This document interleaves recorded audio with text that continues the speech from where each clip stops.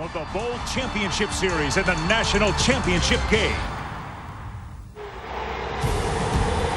As usually, it's a sea of red with a tidal wave of 76,000 Husker fans at Tom Osborne Field. It makes Nebraska football the place to be on a fall Saturday.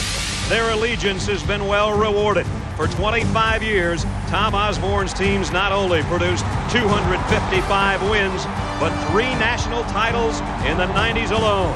The decade has belonged to the Cornhuskers, and so has a 44-game home winning streak. The last road team to prevail here was coached by a Hall of Famer, Don James, who saw his team shock the Huskers en route to their national championship. Today, the Washington hopes lie on the left arm of a Heisman hopeful who must play well for the Huskies to have a prayer.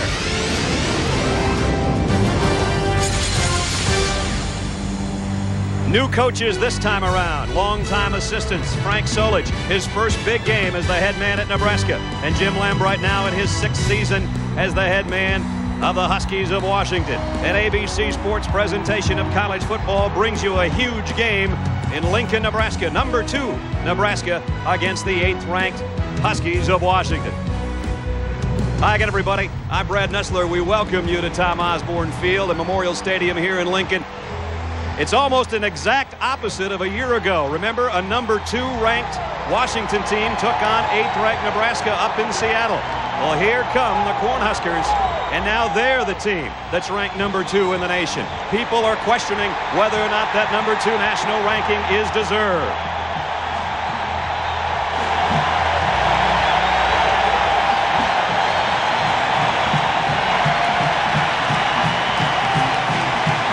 Last year, those questions on whether or not a number 2 national ranking was deserved was with Washington. And Brock Heward, under a heavy rush, went down in the first quarter. Washington lost their starting signal caller. It brought a freshman, Marcus Tuiasosopo, to the forefront, but it also spelled disaster for Washington. They had no chance during that game and for a long stretch, in fact, in a season where they went 8-4. But Garrett Danielson, they've got their quarterback back today. Brock Heward is back, so are his starting wide receivers, something he didn't have against BYU last week. You're right, Brad, and as much as Washington's going to depend on that left arm of Brock Heward, they're going to depend on some feet from his wide receivers. They got some good feet, I'm telling you. The fastest feet in college football, Jawarren Hooker, and an old point guard buddy from high school, Dane Looker. 2 receivers. Give you an idea how different this Washington attack team is this year. First time since Lambright's been the coach, 2 receivers over 100 yards receiving in that Arizona State game. So they've got a looker, a hooker, and if Heward's on, he could be a cooker Real in this cooker. one today. And it's hot because I'm sweating right now. Bobby Newcomb and D'Angelo Evans, though, the starting quarterback and I-back, are in this game for Nebraska, and that's something they haven't seen yet this year. Boy, they got some weapons this year. Bobby Newcomb. Now, how would you like to face this if you were Washington? He's got a better arm than Scott Frost, and he's faster than Tommy Frazier. He will provide the big plays today, but he's going to get some help because D'Angelo Evans is back. He's healthy from the first time since 1996 against Texas, and they're going to look for some big plays from the I-back.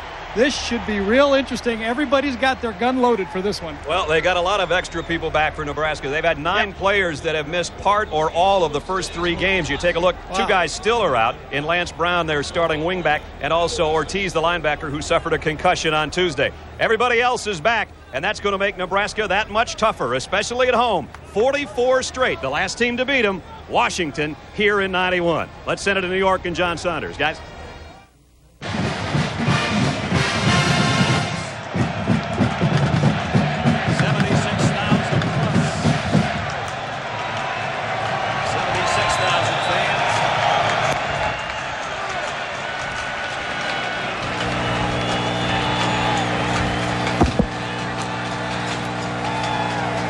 A packed house for the 223rd straight time, and that goes back to the first year under Bob Devaney as head coach. And since the loss that everybody talks about back in 91, Nebraska's won 79 and lost only 7. And they have met other top 20 teams here, and they've defeated them all.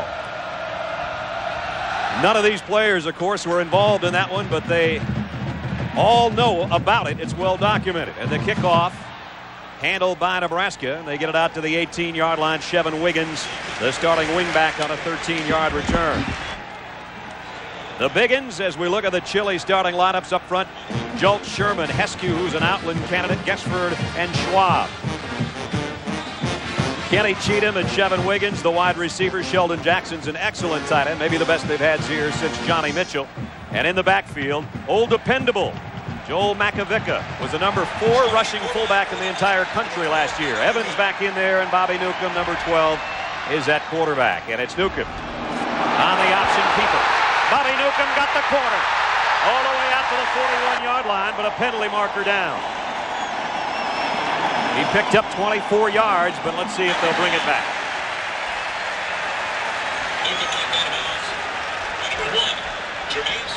Our referee today, John Laurie.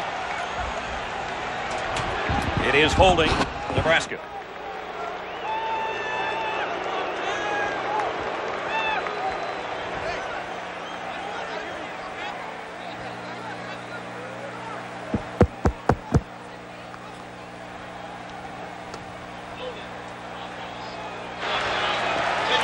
So that will back it up and negate a 24-yard pickup. Walking back to the 11-yard line.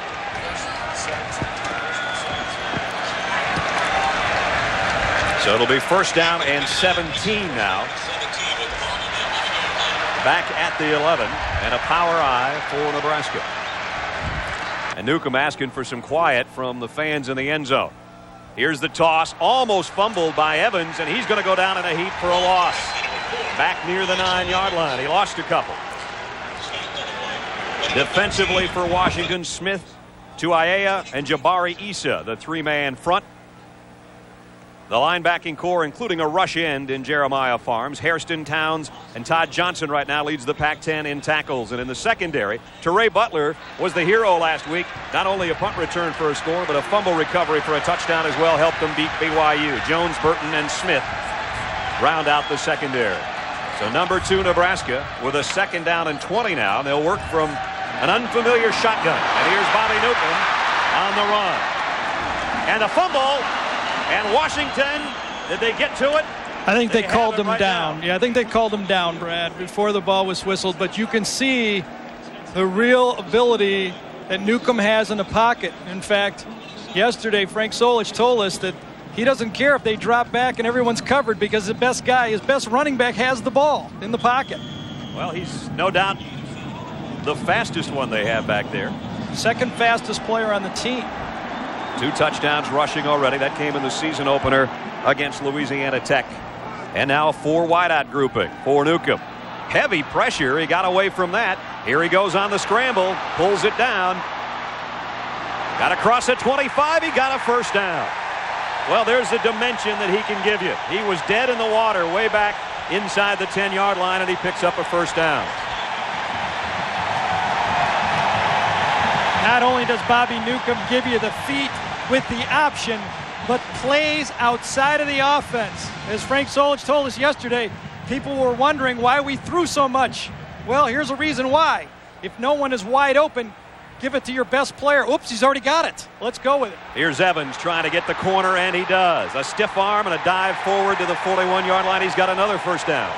Brad, already in this game, one of the worrisome points for Washington, Lester Towns, their inside linebacker, is already out of the game with that foot injury. He had a big toe coming into the game. Looks like he re-injured it on the first play of the game.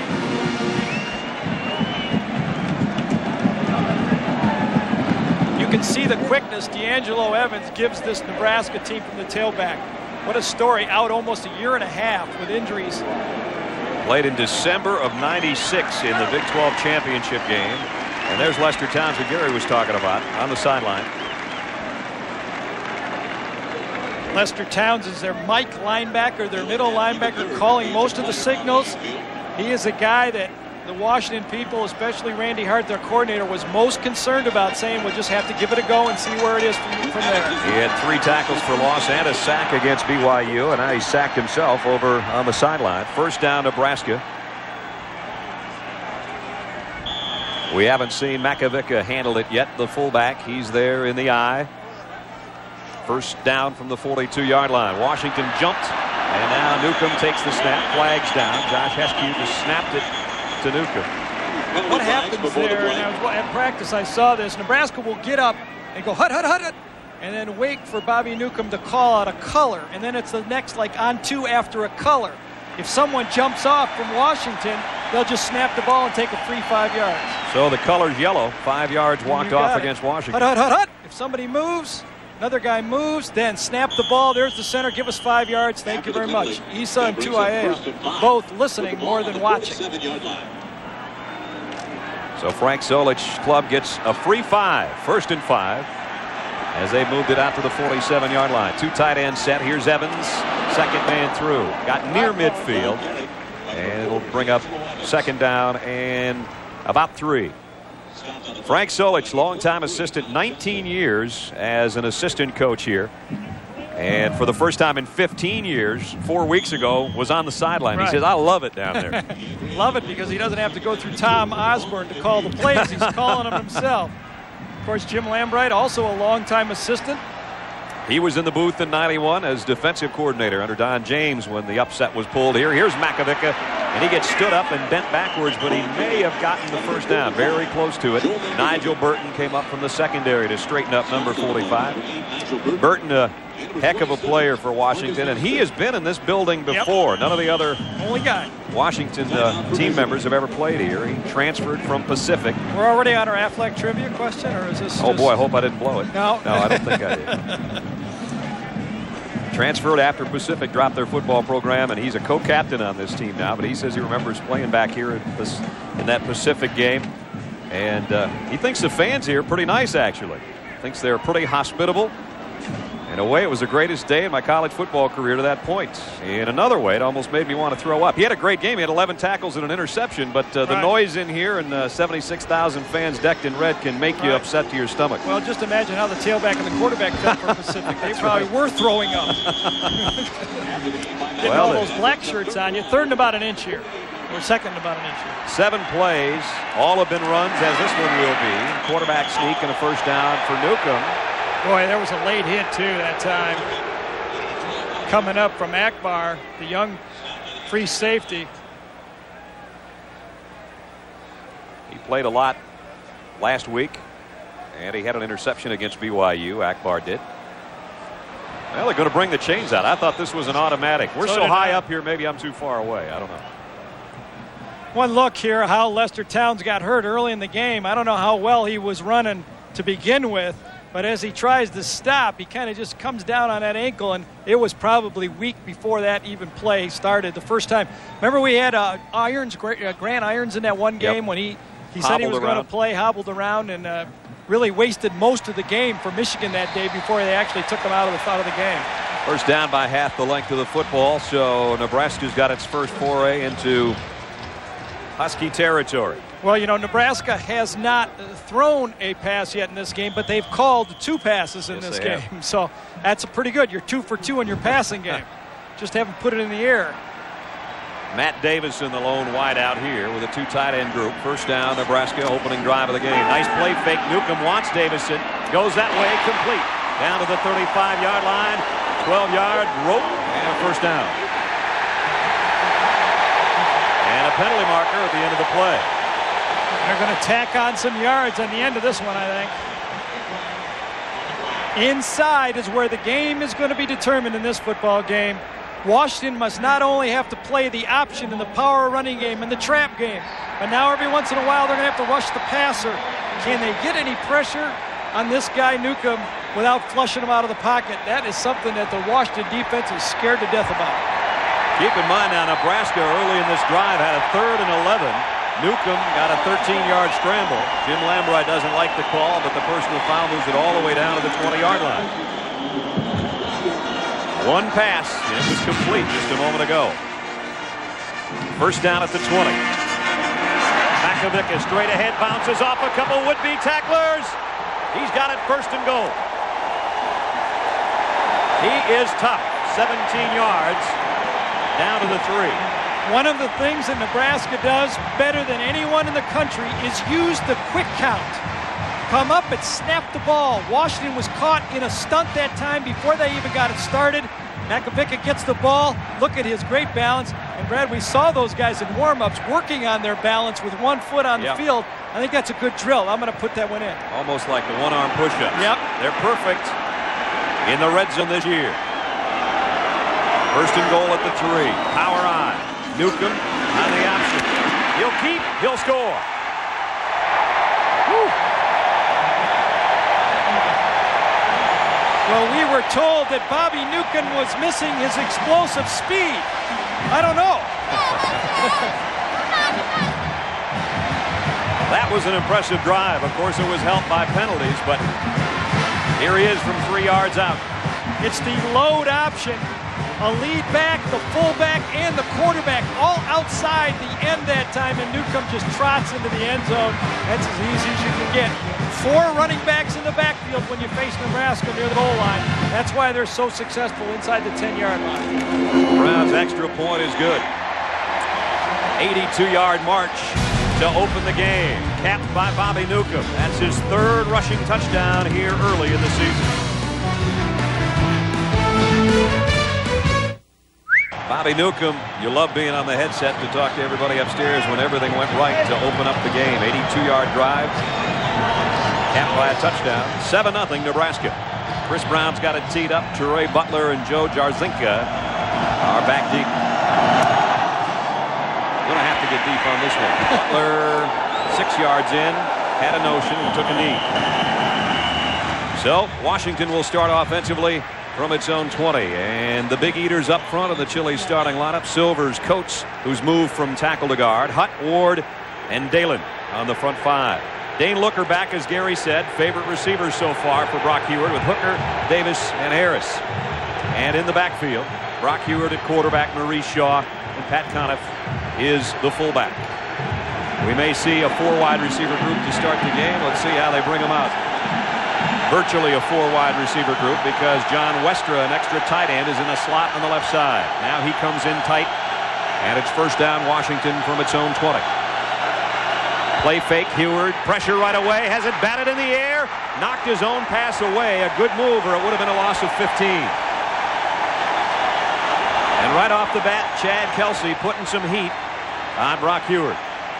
Washington comes out trying to open up this field. A quick play, a naked to the outside, get the ball to one of those tight ends. And here's a little bit of leadership, a little bit of experience, not catching that ball, because that would have been a big loss. So second down and 10, no harm done. Although maybe to the psyche of the quarterback, who's already seen his first pass batted up in the air. Now Brock will work from the shotgun.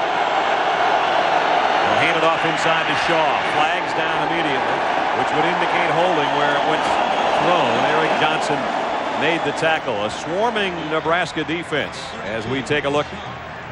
Up front, Kelsey's already batted a pass. Warren and Kaiser inside. Mike Rucker, their rush in, who could be on his way to an All-American season. Shaw, Jay Foreman, Eric Johnson, who made that last tackle, the linebacking core, and the leader of the secondary, and really the leader of the defense, Mike Brown, already their leading tackler. He had an interception last week. Sweeney, Walker, and Ralph Brown round out the secondary, but we'll also see quite a bit of Clint Finley today.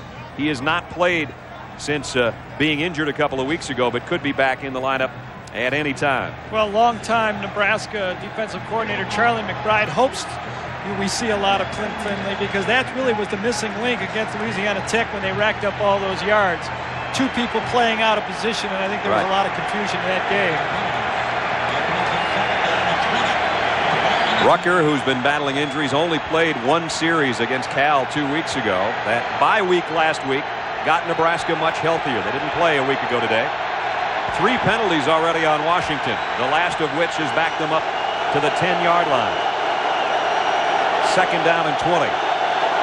Brock Huard stands at his own 5. Again, they try the quick opening draw to Shaw. He got 2, and that's it. Kari Reynolds from the secondary made the play. Shaw does not have the kind of speed or explosiveness of Rashawn Sheehy, the man he's trying to replace. Well, and I think that was the difference in the year last year for Washington. Things were going around pretty well until they lost Sheehy last year. You know, they survived the Nebraska game. They really survived Brock Huard's injury because Tuiasosopo did so well. But when they lost the speed from Sheehy, I still don't think this Washington offense is recovering. 3 wideouts, including Looker, who's in a slot left. On third down and 18, Nebraska pins their ears back, trying to get some pressure on Huard. He's going deep. Man out there and overshot him by about 5 yards. Andre Desaussure had a step back there, but it's incomplete, and Washington will have to kick. Washington cannot lose first down in this game. That batted down pass didn't look like much, but you get behind the down and distance in this game, and that's what Brock Huard's going to be looking at all day. Kelsey and Rucker in his face. Kelsey got him a little shot in the face on the way by, and that'll bring out Ryan Fleming to punt from his own end zone. Not a spot you want to be in. 9-10 left first quarter. Joe Walker back in punt return formation for the Cornhuskers. Fleming, nice punt. Walker waits on it. Did it hit a Nebraska player? I believe so, and now they scoop it up. And out to about the 40-yard line. That's where Shevin Wiggins, I don't know if he's the guy that hit or not. Well, if it didn't, it was a very smart play to pick up that ball like that, because it could have hit someone. And there's a penalty marker down at the 43-yard line.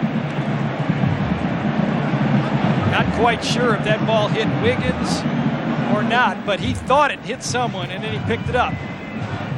It didn't appear to be interference with the punt returner by Washington special teams. I thought, yeah, now they're going to pick it up. Right. I thought he ran by the guy. Into the play. No foul. Timeout. They pick it up, and now we've got a timeout. 8 minutes and 58 seconds remaining in the first quarter. The Cornhuskers lead by 7.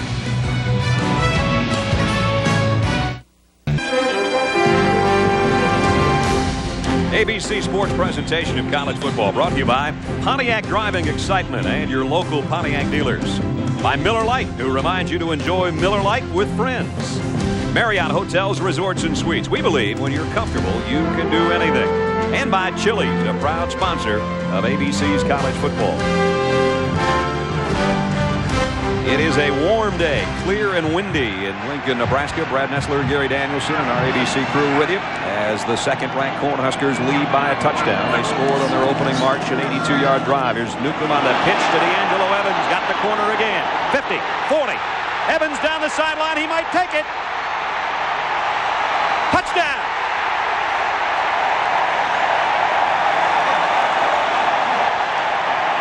He's back. Holy cow. People have been watching Nebraska football and been saying, yeah, you've been rolling up some yards, but where are the big plays? Well, you got to have big players to make big plays. And here's the option. Washington said we must stop the outside phase of the option, so what does Nebraska do? Come with the outside phase of the option, and they block it perfectly. And D'Angelo Evans shows why a big-time tailback can gain big yards for this team. 60 yards to the end zone. Chris Brown in for the point after. And it's up and good. Wow, D'Angelo Evans back in December of '96, the last time he did something like this. Brad, watch how this line does so well. Watch this guard come out and around and pick up a guy. Instead of settling for the pitch man, they're so well schooled that they pass up a guy and go downfield. That's why big plays happen for Nebraska. Wide receivers blocking downfield, tailbacks doing it, guards running their plays. Everybody thinks big play. They don't settle for 5-yard plays. D'Angelo Evans had over 700 yards as a freshman 2 seasons back, and he doesn't look like he's suffering from the injury problems, including a knee that he had scoped in August. He had a lower abdominal problem that actually kept him out the whole season. I'd say about the only thing wrong with his abdomen right now are the butterflies going through it as his buddies are pounding him in the end zone. To tell you the truth, there's probably more butterflies in the purple side right now than there are in the red side. It's true. 12 seconds is all it took for Nebraska to tack on another touchdown. And you can see we have a windy day as Chris Brown is going to have someone hold the ball for him so it doesn't blow off the tee. You know, we do so many talk shows nowadays, and since I've come into town, I've done a couple talk shows, and the real talk in Lincoln was how rusty would Bobby Newcomb and D'Angelo Evans be for this football game? Well, I don't see any rust. I said it's all knocked off. I'd say he'd be rusty, but fast rusty. And he was. This kick, Ray Butler again, 6 yards deep. This one he decides to bring. Butler got a little seam to Ray Butler to the middle of the field. and out across the 40 to the 43-yard line. Nifty return. 43 yards is what he officially gets, but you tack on the 6 in the end zone, and he took it almost half the length of the field. Well, his whole team was saying, stay in there, stay in there, stay in there. Here we go. Let's run. Let's go. Jarzinka says, oh, I got to throw a block, and he got one there. He did. He got a half of one there, and then he got 2 more there from Jarzinka. Nice play, and it's exactly what the Huskies needed. Watch little Joe Jarzinka, smallest guy on the team. Boom, got one there right in the head. Yep, and then he comes downfield, he gets another one. So, good starting field position for the Huskies on the 43-yard line. Heward, quick drop, now takes off on his own. He got positive yardage, picked up 4. Eric Johnson tracked him down. He talked to both staffs before this game. Charlie McBride, the defensive coordinator for Nebraska, says, we know they're going to throw it quick. They're probably going to throw most of their passes in less than 2 seconds. Then you talk to Scott Linehan, the offensive coordinator for Washington. He says, we want to throw quick, less than 2.5 seconds. So let's see how this breaks down. That time he had less than 2 seconds, but he got a pass rush. Nebraska's front wall down in their track stance again. On a second down. They hand it off to Shaw. And Mo Shaw is going to be close. Maybe inches short of this one. We'll wait and see. Stopped on the ball. Into Nebraska territory for the first time today for Washington. And there's Maurice Shaw on the season, only 3.1 per carry. Tuiasosopo has snuck into the game, Brad. We'll keep an eye on number 11 to make sure he doesn't sneak in so you can't see him at home. And you know what? For him to sneak in, I think he's going to have to change numbers. That's right. Nebraska's well aware of this guy. There will be times when Tuiasosopo and Heward will be both in the lineup. They're both quarterbacks, but Marcus is a tremendous runner. His career high day came last year after Heward's injury. As you see the numbers 270 and 2 against this very same Nebraska team. Now he comes back out. And Brock Heward looks to the sideline for the call. First down at the 46-yard line. This is where Washington, and especially Brock Heward, has to tell his team, let's settle down, let's make first downs. Don't look at the scoreboard. Let's just make first downs and get the crowd out of this thing a little. Looker in motion. Heward steps up in the pocket over the middle, delivers it to Jawarren Hooker, and he goes down to the 31-yard line. 15-yard pickup. Jawarren Hooker last year only touched it 6 times. He scored 3 touchdowns, and he's probably the fastest guy in college football. The fastest guy, and a guy who's learning to become a better receiver as he goes along. Now, what is he ultimately going to choose? To be an Olympic gold medalist, or at least challenge for that, or be a football player? I think pretty good-looking football player. He's getting better all the time. Tuiasosopo is in. He's in a slot there on the left side. So 2 quarterbacks, in essence, in the lineup for Washington. First down at the 31. Penalty flags are down, and it looked like Nebraska jumped in the neutral zone. Jason Wiltz may have been the guilty party. He's been battling back from injuries as well, has Wiltz, and normally would be a starter.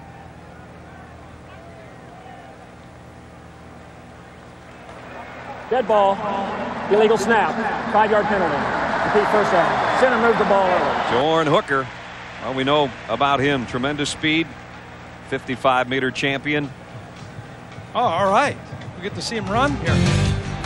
Pac-10 male track athlete of the year, and he can smoke it. 6.13 in the 55 meters. And then Pac-10 titles in the 100 and the 200 as well. And he's won 21 straight sprint races. And the last time I looked, Pac-10 has some pretty fast guys. That's right. In this thing. So that's the kind of pressure he can put on a defensive back. He goes to the top of your screen. No one's covering Reggie Davis down the middle, number 5. Tuiasosopo in motion. They fake the end-around handoff. Now Heward's got a lot of room in front of him, and he throws complete to Hurst at the 34-yard line. Well, a lot of smoke, not much fire on that play. And that's never good, is it? No. Throw up those smoke screens. You got to have some fire with it. And right then, Nebraska, well coached, stayed at home. We're in a zone that time and just let it happen in front of them. Just got to feel, though, that you'll see that later, and he'll hand off to Tuiasosopo, and he can throw off that end around. You know, and I got a feeling, as sophisticated as these fans are here, they also are saying the same thing. Watch that pass off the reverse. Willie Hurst, the freshman, stays in there after that catch at at the tailback spot on 2nd down and 13. Hooker in motion. Eward, look out from behind, backpedals and throws it away. And a flag goes down. He's going to say that he had a receiver on a possible screen. The referee, I think, is going to argue with it. I think the referee is correct here. There's no doubt that Brock was trying to throw that ball to save yardage. He made no attempt to complete that ball. The officials will gather and talk about it, but here's another look. This is not the pro game. In the pro game, if you're outside of the tackle box, you can do this.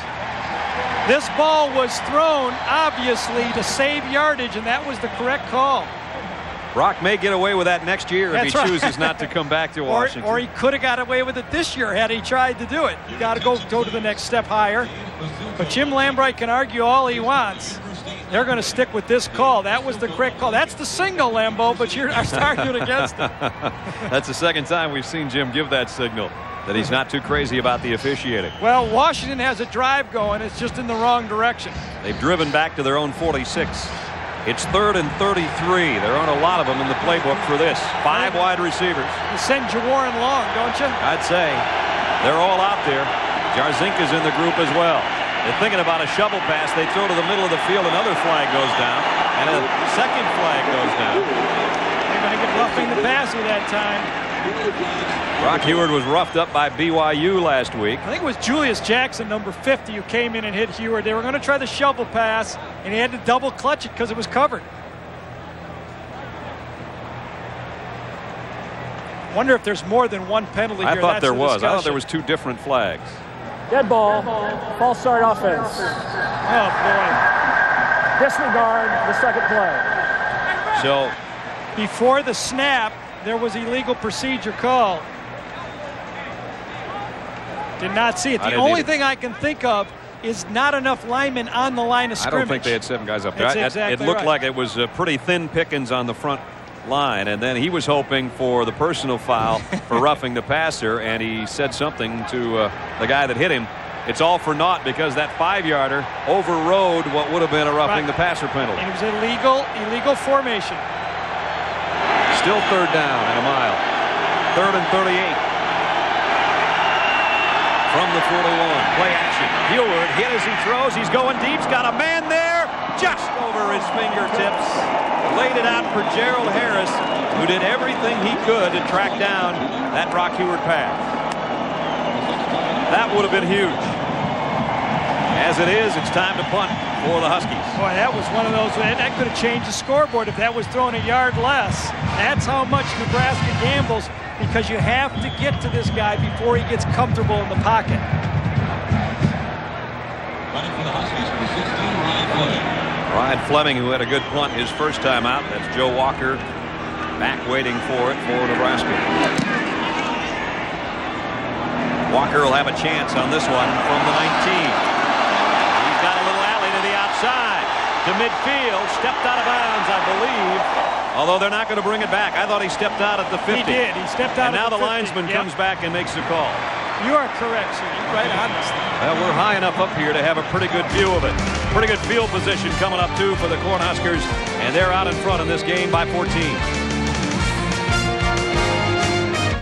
A lot of different footwork that you have to be aware of. There he is, number 72, Ben Gesford. I knew him when he was 2 months. He's a little bigger. He's a little bigger. Boy, that weight program really pays off, you know. He's a big fella. He went from 8 pounds to 290 pounds on the squat bench. Yep. Where he started. 3rd down and 8. Nebraska has been in 3rd down situation and long before, and Newcomb got him out of it. He's going to try to do that here, but he can't. He's run down from behind and staying with it. A good job by Jeremiah Farms from the backside. And Nebraska will have to give it up. Bobby Newcomb is wearing a brace on that left knee. That was the problem he had, why he had to miss some football this year. And I think that's really the main concern is, there's a shot of that brace, from this Nebraska staff is, yeah, he's fast, and yeah, he has a great arm, but can he take the punishment? Scott Frost and Tommy Frazier were bigger athletes than Bobby Newcomb. Torrey Butler had a long return for a touchdown last week against BYU on a kick. Here on a punt return, he'll have to fair catch. near the 17-yard line. So Washington holds defensively for the first time today, but they trail by 14. Their own 17. Hayward throws on the run. Man, Looker paid for that one. He got double popped at the 20-yard line. Brad, we saw what the goals were of the Washington staff. Throw the ball under 2.5 seconds. Well, we got a little clock here. Let's see how it's going. Well, that's actually 3 seconds because there's 30 frames per second. So there's 3 seconds. There's 3 seconds again. Uh-oh, this 3 seconds isn't looking good. Every time he throws at 3 seconds, there's a guy right there on him and a helmet in his thing. I think 2.5 is better than 3. They better lower it down. Here's another one, 3.1. That half second could save you a bruise or two. 2nd and 6. Oh, nailed as he tried to throw there by Julius Jackson. Brock has to keep his composure now and give some confidence to the rest of the team. Even though he's down a bit because he's not giving time, the last one, that's almost 3 seconds again, and you can see just as he lets it go, he's getting hit, this time by Eric Johnson, the outside linebacker. Right. So 2.5 is the better deal. And right now, as you said, the black shirts, they're just teeing up. They have absolutely no respect for any kind of ground attack by Washington. And obviously there won't be a ground attack here. In the shotgun with an empty backfield with the exception of the left-handed quarterback. 5 wideouts. Hayward trying to buy some time. Had a man open and he threw an interception. Picked off by Jason Wiltz, the big defensive tackle. Wiltz down to the 6-yard line. Yeah, I think he stepped out on the 22. And if only Brock Hayward would have known that, because he wouldn't have got a forearm in the chin. Well, the big fella who just came back this week, and now you've got a quarterback who's been roughed up and intercepted. Here he is right in here. Jason Wiltz is going to rush up the middle, but when they flush Brock Hayward out of the pocket this time with nobody back, he just kind of runs back and says, Coach told me to follow the play. I got blocked, so I'm just going to follow the play here. And all of a sudden, the ball comes right to me. And I told Coach I had good hands. He had a bad ankle. That's what he had the last 2 weeks. And they gave him 2 to 6 weeks. They said he'll heal. He says, I'll take the 2. Playing today for the first time in a couple of weeks. And he's got a huge interception and a big smile on his face. He was a part-time starter last year for this team, was counted on to be an inside starter. The backup depth for Nebraska, 2 freshmen, so you can see the difference. Makovica, the fullback. He just blasts his way for about 8 yards to the 14. Jeremiah Farms finally brought down number 45, but he's a load, about 5'11", 240-pounder. There have been some good fullbacks in Nebraska lore, and we asked Frank Solich yesterday, how's this guy stack up? He said, I'd put him with Rathman as the best we've had. Wow, that's high company right there. And you know what's amazing? Against Cal last week, he had 13 attempts. You think the fullback carries the ball all the time for Nebraska? That's a career high, 13 attempts last week. He had 129 yards against Washington last year. Newcomb pitches Evans to the corner. D'Angelo trying to cut back. Touchdown. His 2nd of the day.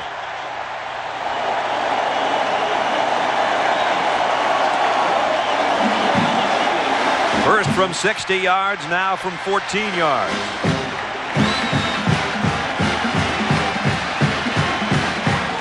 Wide option this time.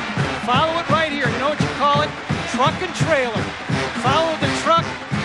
Give it to the trailer. There's the pitch off of Nigel Burton. Follow that truck. Follow that truck. You're the trailer. Collision time. There it is. There's the score. You know, the goods are always in the trailer. The truck carries the trailer. You put all the fruit and everything in the back, and they scored with that. They delivered.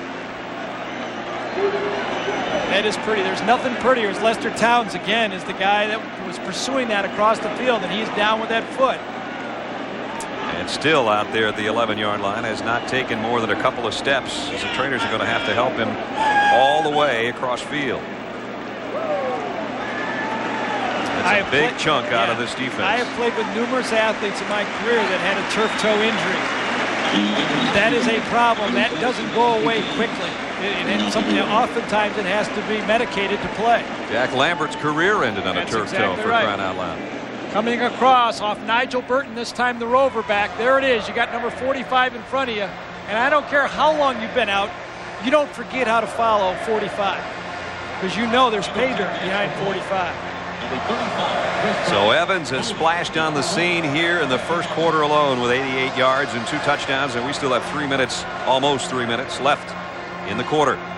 Chris Brown, a busy kicker, knocks it through, and it's 21-0 with 2:55 left in the first quarter. Angelo Evans, boy, talk about making a comeback, huh? Well, it's nice to get those pitches in space like Angelo Evans has got right there. A lot of guys. Buckhalter right now and Danny Alexander, the other tailback, saying, Coach, I'd like to try at that. Give me that green grass in front of me at number 45 right there. I'm okay. The field's the only thing green here, I'll tell you that. Got it. Everything else is red and white. 76,372 are here today with us. The 223rd straight sellout. You know it is a bad omen if you're Washington. You've had 12 plays for 34 yards, and you've had 4 penalties for 40. High short kick. Jarzinka comes up on it at the 17. Joe guts to the sideline. A big shot and a late shot, I believe. Penalty marker down. He was knocked out at the 31-yard line. And there's what the offense has done that Gary was talking about. There's going to be some added on here with penalties here, though, on a late hit on Nebraska. Well, interesting, Charlie McBride, and he really didn't dance around it when we asked him. Usually coaches don't talk like this. But we said, would you rather see Heward or Tuiasosopo? And he said, Tuiasosopo's tougher for us. We'd feel much more comfortable facing Heward. They're both in the huddle.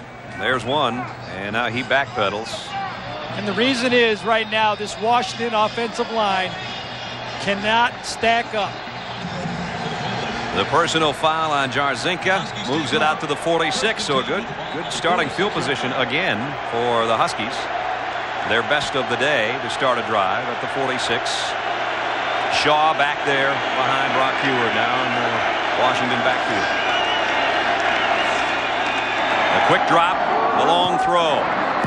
And Harris couldn't get under this one either. Covered out there by Kyle Craver.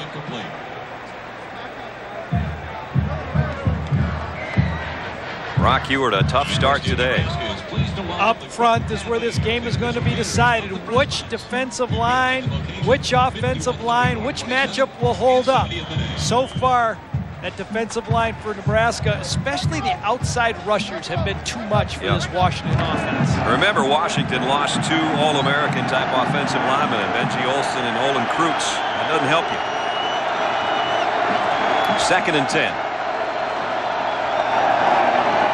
Heward's going to flare one out to Hurst, who caught the back end of the ball and spins to midfield, maybe to the 49. We'll give him about 5. Ralph Brown made the tackle.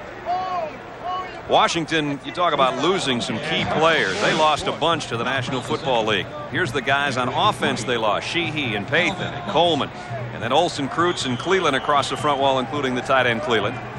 And they've had to replace him with a lot less experience. And that's the key right there. I mean, these guys will be good football players, but the experience isn't there yet, especially coming to Lincoln right now. It's a tough spot to learn.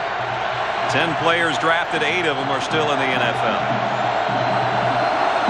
3rd down and 6. Heward's going to take off with it, and he's got a first down and dives forward inside the 40 to the 39. Brock saw a little bit of green in front of him and picked up 11 yards.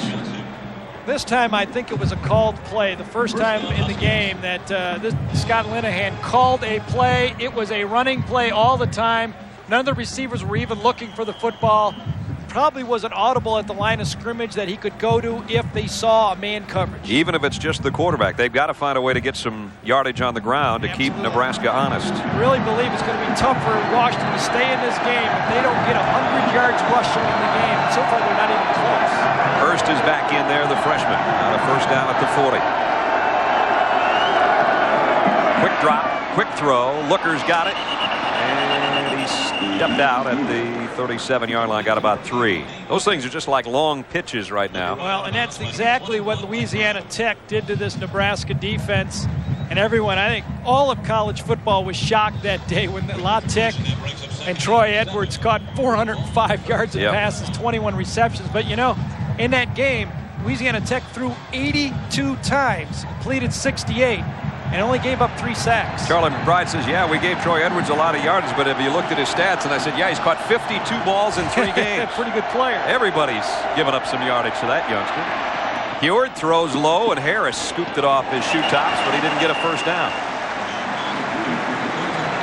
Gerald Harris with the grab, but Julius Jackson, rangy linebacker, brought him down. It's amazing how many different players Nebraska plays, and if they didn't have numbers on, they'd all look the same. I mean, they all run the same, they all look the same, they just keep coming. Big third down right here for Washington, and Tuiasosopo's checked in to the huddle along with Brock Heward at the 33. They've got to get some points out of this drive, I would think. They're down by 21.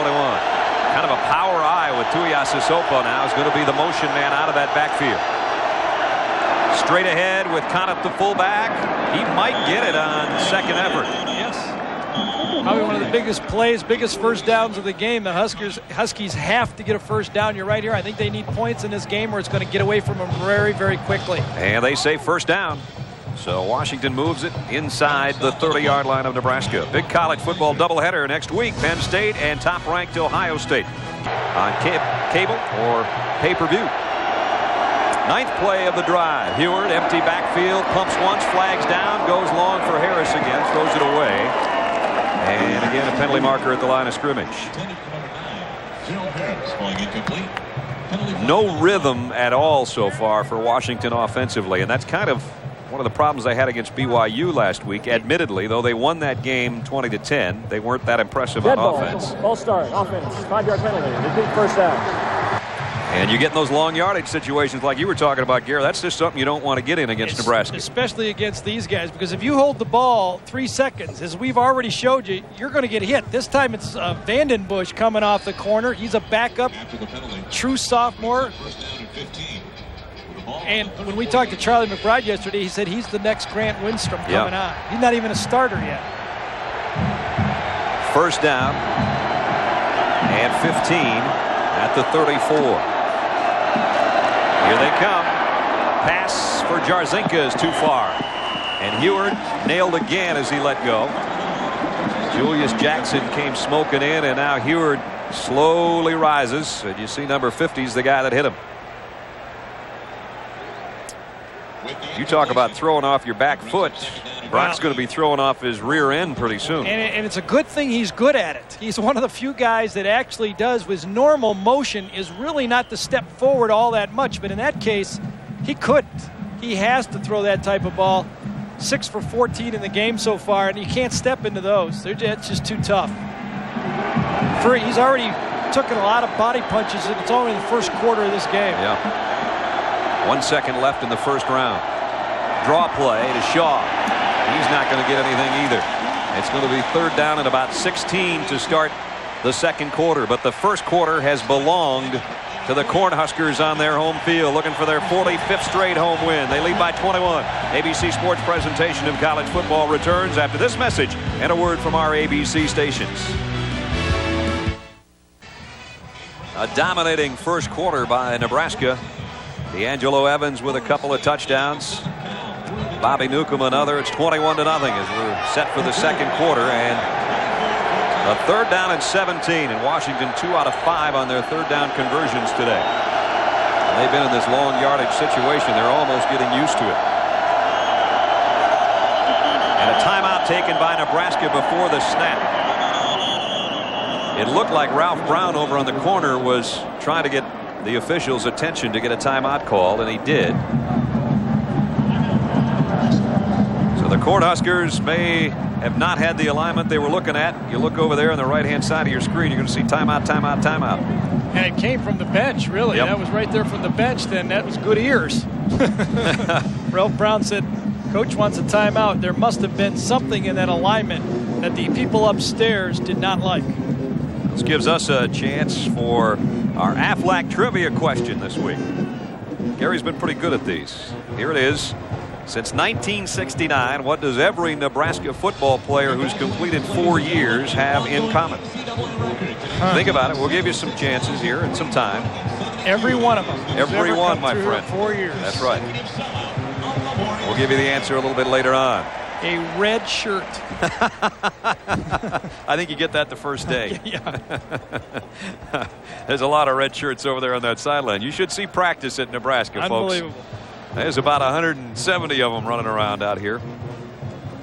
And of course, everybody that comes to the game is wearing red in some form or fashion on a very, very warm late September day.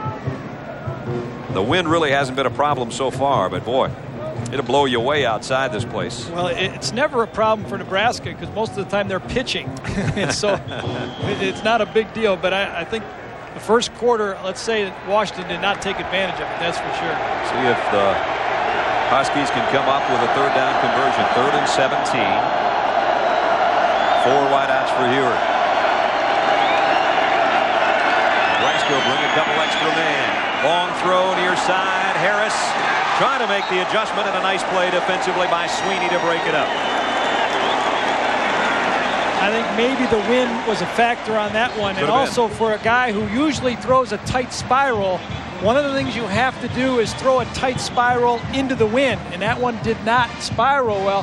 The footwork also, we talk about Brock's tendency to fall back on throws. This one he kind of fell back away from it and had a wide open receiver and didn't get the ball there. He's flinching a little bit. There's no doubt about it because the pressure's been on him all day. Now here's an interesting situation. It's 4th down and 17. They're going to go for it at the 36. They have a horrible kicking game.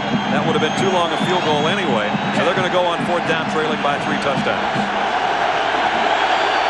First time Nebraska's been in the zone too.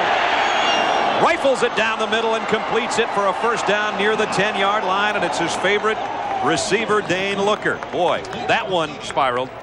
Spiraled and finally thrown like a bullet, as you said. Stepped into his throw and got Nebraska spread out in a zone defense, and you can see they do not feel comfortable playing those zone defenses. They want to attack and play man-to-man. That's their style. So now Washington can actually go to a normal set, bring in a tight end, bring in Conniff the fullback. They have it just outside the 10-yard line. They can actually get a first down inside the 1. It would be so close, though, it would have to almost be the Nebraska end zone. They have a fullback in there, but he's on a wing to the right. That's Conniff. Hurst with a burst, and he's down to the 3. There's the true freshman. Kid just turned 18 years old in March. Well, he did follow Conniff, too, that time. He lined up as a wingback and really just went in motion and ran the off-tackle play to that side. And the burst you're talking about is something that this Washington offense will have to work on as this year progresses. 5 of 9 when they've gotten inside the 20. All of them have been touchdowns. It's been 7 quarters since Nebraska's given up a touchdown. So something's got to give here. Watch the option. Here's Tuiasosopo right here. Handoff an option. Could be there. Ewer didn't like the look, and he takes a timeout. I think that's probably a good timeout. You don't want to waste a chance when you get this close against the Nebraska defense. Still, the Cornhuskers in front by 21. Washington brings it up to the line of scrimmage, just outside the Nebraska 2. Hurst, the tailback, and a power eye set, and now Tuiasosopo in motion. The option to Hurst.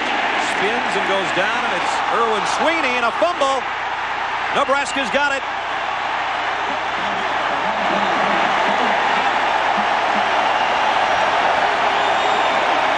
Sweeney's made 2 huge plays on this Washington drive, and that one kept them out of the end zone.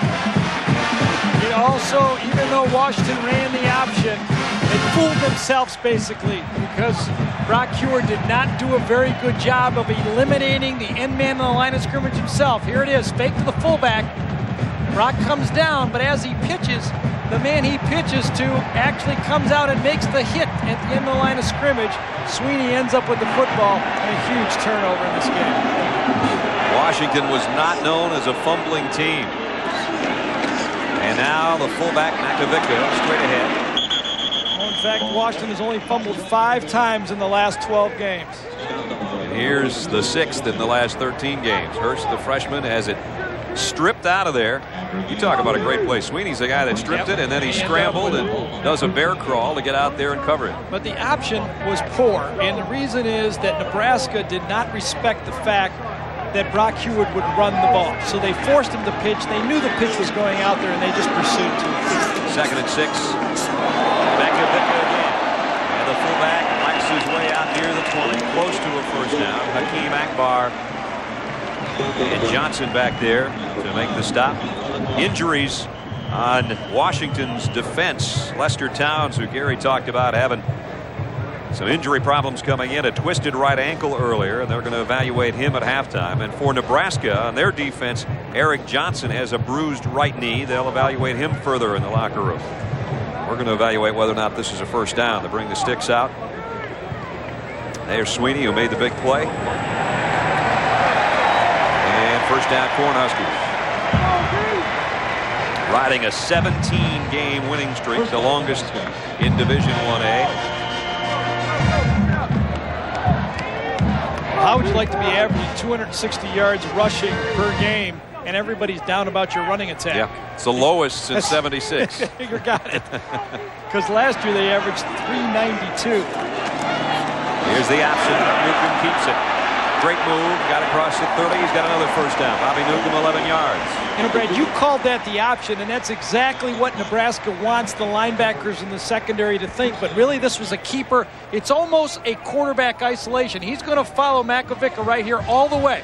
Just stay with your fullback. All this out here, the option part of it was all window dressing that time. You're right. There was no option to it. That's a good guy to follow, too, right there. We've seen that from both the quarterback and D'Angelo Evans. Right, and how about Randy Hart told us he has not stopped the quarterback ISO since they've been playing Nebraska. That's what they got right there. First down, collision there, play fake and a long ball. Wiggins got it.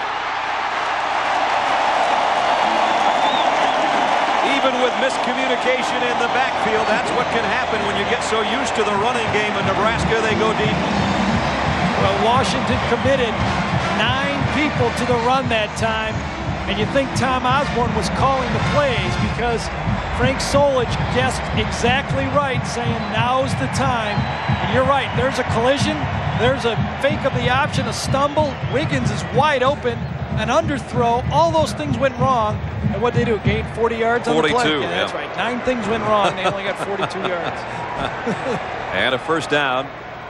The Washington 27. Now again the quarterback will pitch to Evans, and it goes out of bounds. We set up Ben Gassford early in this game. Started off at right guard, and then he's been all over the offensive line. Right guard, now he's at left tackle, doing the reach block. Now he goes to right tackle, he's pass blocking. It's a nice afternoon for the guy, isn't he? Now they take him out of the game and they score. He's got to get back in the game. Coach, put me back in. We scored without me. There's Big Ben. His daddy's attorney here in Lincoln. I played with him for the Chicago. Go ahead. Finish that sentence. Oh, boy. I don't know. Fire? No. You played with the New York Titans, didn't you? Yeah. I didn't know you played with Chicago something. Chicago Wind. The Wind, that was it. That was before the Blitz. And you're still full of wind. Before the Blitz and after the fire. Newcomb.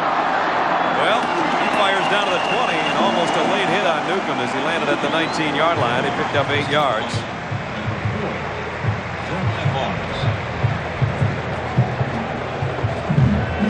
Bobby Newcomb showing his running prowess again. Talking about professional football. How about Monday nights? 8 o'clock Eastern, our new time. Don't miss it. Here's all 11 guys right here. Nobody flanked. Here's the pitch. D'Angelo Evans. Can he get another one? Stiff arm. Crosses over. Touchdown.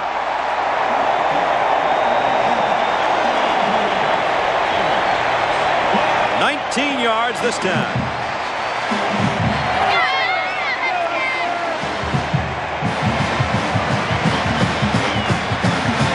What a machine, huh? That's exactly what I was thinking. It's like going against the German army in the Blitzkrieg right here. These guys are good. They don't even flank anybody out this time. What you want to notice as they run this play, after the pitch, watch the guys downfield. James Sherman, number 63, and Ben Gassford the left tackle are going to score before Evans does. They were in the end zone before the tailback was. Chris Brown, 4 extra points. 99 straight extra points. And D'Angelo Evans, is he ever back, huh? 3 touchdowns here in the first half.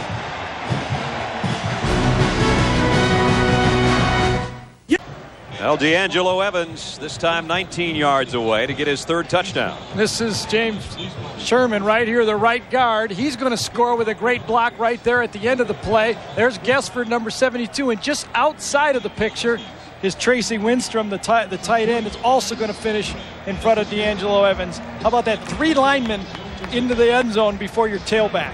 That's hustle from that offensive line. D'Angelo Evans looked like they're retaping his right ankle. They may not need him anymore today. Either that or putting their shoes in the Hall of Fame. Yeah, one or two. Chris Brown set to kick away.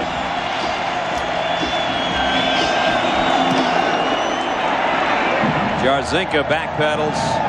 He's 8 yards deep and will not bring it out. So Washington will start again from the 20-yard line. Well, earlier we asked you the Aflac trivia question. Since '69, what does every Nebraska football player who's completed 4 years have in common? You got a guess? I have bowl games. At least one conference championship ring, and they made it to 4 bowl trips. games. That's not bad. It's not bad. 39 straight bowl games for Nebraska. You know, the only thing they haven't put together here yet is the stadium. They're working on it, though. We had to bring our hard hats up here. They just gave me one with a big cross on the top. I'll tell you, of it. Brock is wearing his hard hat out there right now, too. There you see the renovations around Memorial Stadium. It is going to be, it's already a fabulous place to watch a football game. It's going to be incredible when they get it done. They're on a 5-year plan that's going to make this thing a whole city in itself almost. Heward goes back to throw and finds Looker, and Looker broke a couple tackles and out to the 36-yard line. A pickup of 16. And Ralph Brown is down after the play. Brad, you know, look at the expansion room they have here for another press box on the other side. Those lights are way up there. I mean, they got plenty of room for expansion. They could build all kind of things right in here and then kind of go like 3 levels right here. Danielson, the architect. I can put in about another $12 million deal right there.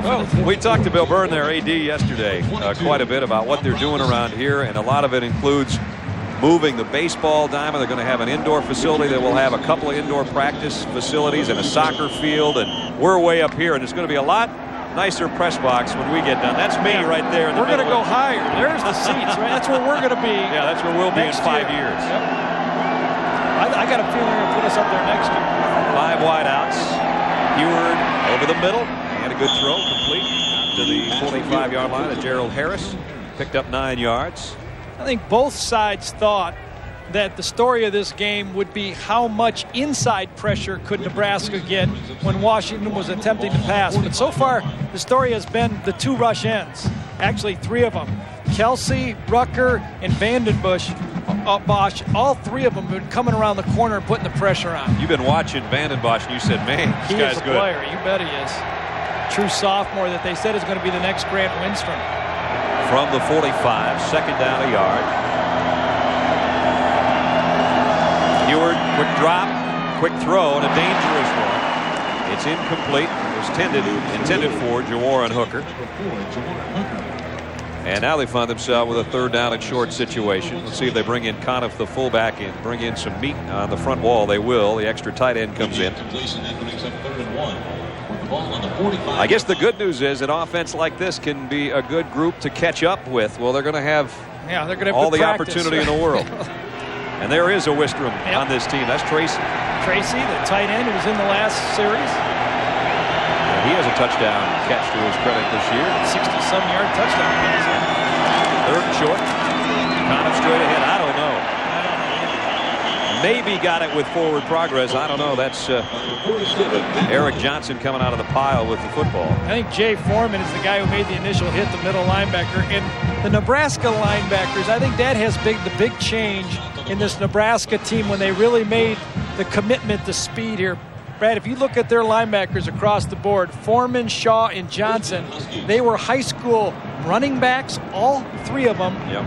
Both, and 2 of them played defensive back in high school, so they recruited them as running backs and defensive backs and moved them to linebacker. They can run. Foreman is the son of Chuck Foreman, the great running back, first in Miami in college and then in the National Football League with the Minnesota Vikings. And If you think that's a father-son thing, how about this? He played high school football in Eden Prairie, Minnesota for Mike Grant. You know who his dad was? Wow, I get the connection. Bud Grant. Good football player. He's on the Butkus watch list. Heward, plenty of time for the first time all day, but can't find anybody open. And he's going to go down as Kelsey buries him back at the 35-yard line.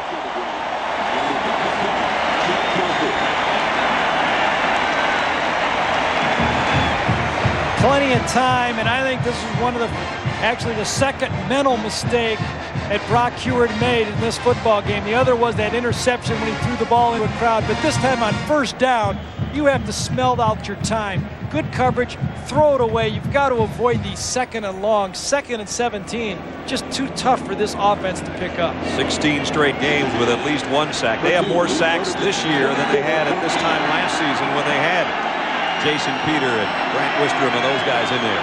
So they get after you. They're coming after Heward again. Look out. Collision time this time comes from Mike Rucker. And Brock Heward again gets some help from one of his linemen to pick him off the turf. Brock Heward is earning his scholarship, his books and tuition today. Oh, I think he's got a meal or two in here, too. He's having his lunch pail handed to him. Coming inside this time, it was Steve Warren and also Rucker from the outside. And I tell you, there's just doesn't seem to be any rhythm in the passing game at all. 0 for 4 in his third down conversion passing, and he's got 3rd and a mile here. 3rd and 17. 4th time they've had 3rd and 17 plus in this game. They picked one of them up earlier. Going to throw a screen or try to, and Nebraska's all over that too. Kari Reynolds spelled it out, and there's another loss on the play of 6 yards. This is a fired up defense. Yeah. They smell blood right now. They do not respect the running game. Washington and Scott Linehan tries to go with a screen, and there's that number 83. Vanden Bosch is in there again. And I'll tell you, right now, everyone smells blood around this Lincoln Stadium because running game equals a lot of sacks. Fleming will have to punt. Walker and Wiggins are both back deep. Waiting on it. It's a tough catch. They're going to call penalty on Washington for not giving him a couple of yards to make the catch, even though he made it. And that will go, no doubt, against the Huskies. And now some shoving and pushing after the play. I think it was Renard Edwards who got down there and was too quick. Yes, it was. Well, good news for the Washington offense. They punted the ball. Bad news is here comes that red offense out. The machine. The machine enters the field. I don't know if they've got even through their offensive game plan one time yet. Brock Heward trying to get the kinks out of his neck. It's hit the field enough times today, we'll tell you that much.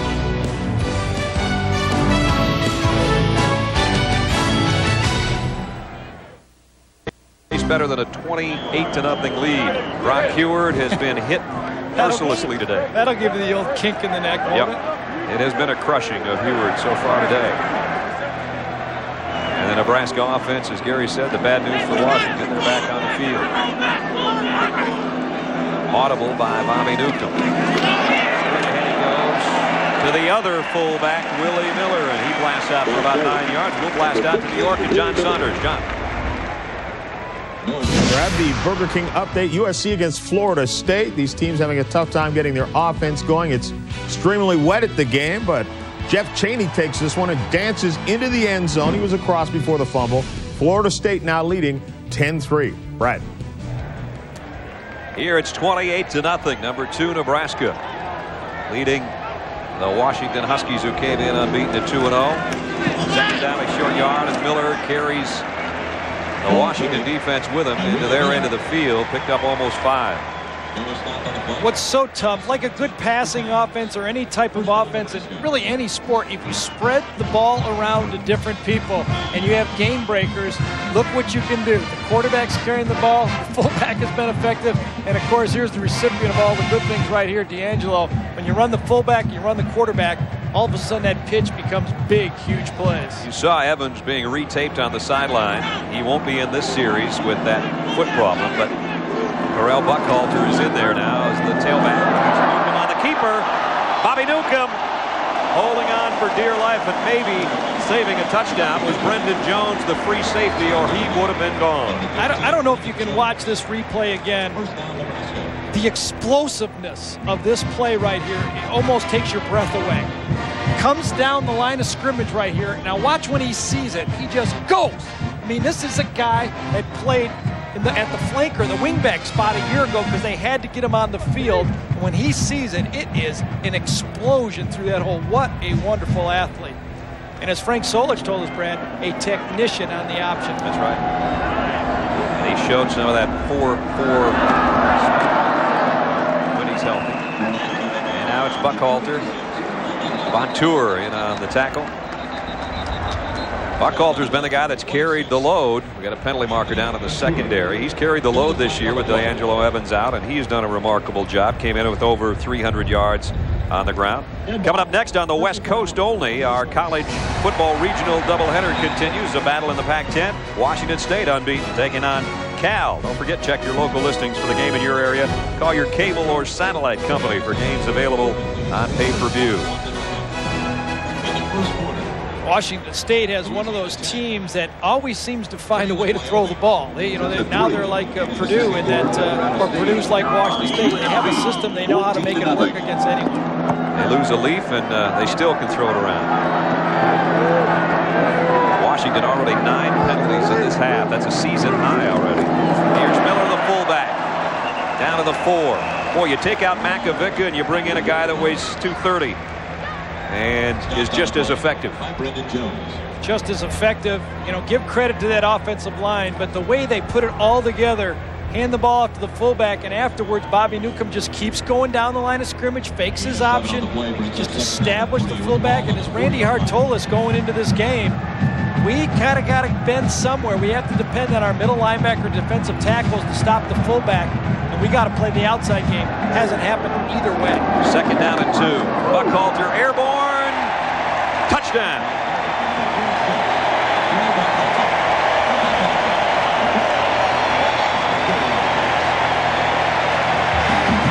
You take one eye back out, you put the other one in. And he scores to make it 34-0. Terrell Buckhalter here just takes his hand off and is almost like Superman into the end zone, lays out and lands in pay dirt. Josh Smith got his hand on him, but it didn't even slow him down. The offensive line blows off. Everybody's thinking option. Everybody's playing outside shoulder, and they just run it right up the gut. Chris Brown hits his 100th straight extra points on the kick. D'Angelo Evans has scored 3, and now Buckhalter's in the act from 3 yards out. It is 35-0 Nebraska. Brad, what offense, as you look at how good this Nebraska team is following them by, they're good following everything. That's right. But what kind of offense would you like to face? Would you like to face the precision of UCLA or just the dynamic power of this Nebraska team when both are working? They're different, but they're both scary, that's for sure. One changes the scoreboard, the other puts welts on your back, you know? That's for sure. God. This is the one with the welts. This is the welt offense. Here's what Nebraska has coming up. Oklahoma State at College Station, Kansas, Missouri that they went into overtime with last year, Texas, Iowa State, Kansas State, a team right now ranked in the top 5, and then Colorado on the 27th. How would you like to watch this game right here, Kansas State? Remember we were there last week and had the countdown already. They did. They had the number of days down to that November 14th battle. Well, this Nebraska team looks every bit as tough as that Kansas State team we saw last week. Yeah, there's no rebuilding here. This is, Texas has a dip. Michigan had those 8-4 seasons. USC went down a bit. Alabama has gone through a couple problems. But in Nebraska, they just keep doing it over and over again. There is no let up. And one of the things I think is attributable to that is the continuity of this staff here. I mean, they run the same plays that they've always run. The vogue of college football has brought it back a little bit to the option game. Jarzinka out to the 34-yard line. And somebody lost a hat in the pileup. Well, we talked about Tom Osborne Field. He's still around. The head coach, 25 years, 255 wins, 3 national championships, and now he's a teacher. This is coaching football. I don't know if it's 101 or 303 or. Hey, there's Lee Corso right there and John Saunders sitting together in that class. You see those two guys? Yeah, I did. They were copying. They were cheating off the guy in front of them, too. I saw Back in '64, Frank Solich was in an educational psychology class that Tom Osborne was the teacher of. Of course, Frank Solich played for Bob Devaney here in the 60s. Heward throwing it out to Harrison, complete. Well, what's happened now with this pass offense is the mental clock, the little ticker inside your head. If you're a quarterback says, I don't have as much time as I want, so I'm going to throw the ball a little earlier than I want. He's picking out a spot. This time it was Aaron Willis, number 81, who came off the corner. And when you're trying to throw to a spot maybe a half second before you should, that's very low percentage. Yep. And this is a Washington offensive line that only gave up 1 sack going into this game.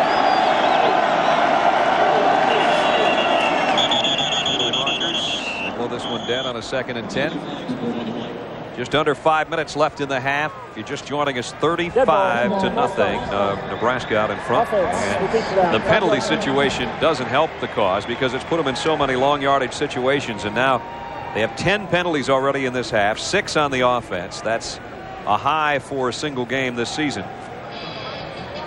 Though this is just their 3rd game of the year, you can't make mistakes against a team this good. Well, Jim Lambright knew that this was the scary year for the probation. Everybody thought it was when they initially went on probation, but this was the year. There's only 7 fifth-year seniors on this football team, and those are the last class was the big class. They graduated 10 NFL players off this team, and right now there's not a lot of depth on this team. 2nd and 15. Heward lost one out. Just overshot Harris again. He's been about a yard too far in front of Gerald Harris all day long. Erwin Sweeney had pretty good coverage again. Yeah, I'm a little confused, though. He keeps going to Harris and not to Jawan Hooker. I mean, they're throwing the ball up in the air. He's not keeping it in the field right now, even on his fade passes, and he hasn't gone deep to Jawan Hooker at all in this game. Scott Linehan, the offensive coordinator, said everybody's been wondering where are your wide receivers. He said, for one thing, I had one, Hooker, who was a track guy until a couple weeks before the season. Harris was coming off a missed year with injury, and Dane Looker right there was brand new to the whole system. So it's taken them a while. They're all trying to get on the same page right now. There's the long ball, and there's the completion. Well, you called that one, but it's Andre Desaussure, not Hooker. Yep, that was Andre Desaussure, and that was a beautiful catch that time. Right over Craver, the true freshman. Got bump and run to the outside and finally kept the ball in the field and make a catch. Desausure's a big target, 6'2". He caught 14 passes as a freshman and then kind of disappeared from this offense. Put the ball up in the air, throwing against the wind. Of course, throwing the ball in Seattle in that stadium over there, that you learn to throw the ball in the wind, so it's no big deal for Brock. So first down at the 42. Uh-oh, first team's back in for Nebraska. Heward in the shotgun to Looker. Nice move on the first man, crosses field. He's got a first down at the 30-yard line. Joe Walker made the tackle. Looker's got some good moves. Even his teammates say he'll put some moves on you when he's running his pattern that will just stop you in your tracks. And Reynolds limping in his tracks right now as he heads to the sideline. Well, you said it. I mean, not only does he have good moves, I mean, he's a 4-5 guy. I mean, that's fast enough to play at college football. Plenty fast enough. And is very aware, being able to read the pattern, almost like when he's got the basketball, weaving and bobbing and weaving and catching the ball. He says he's got great hands. Hands it to the Washington offense at the 30. Here he is on the slants. He's got it to the 22-yard line. And so now away from Harris and on to Looker for Brock Heward. The high school teammates. Guys go way back to junior high. Inside slant this time against the zone defense. Even though that looked like man on that replay, that was really a deep zone that time, and Mike Brown was just reading Brock's eyes and coming up and making the hit. What's been the problem is there's not been a lot of those gimme throws in this game, and that's why there's been pressure on them all game. Second down and 2. Looker with a slot to the top of your screen. Looked like Nebraska jumped in the neutral zone. Flags are down. The complete out to the tight end, Reggie Davis.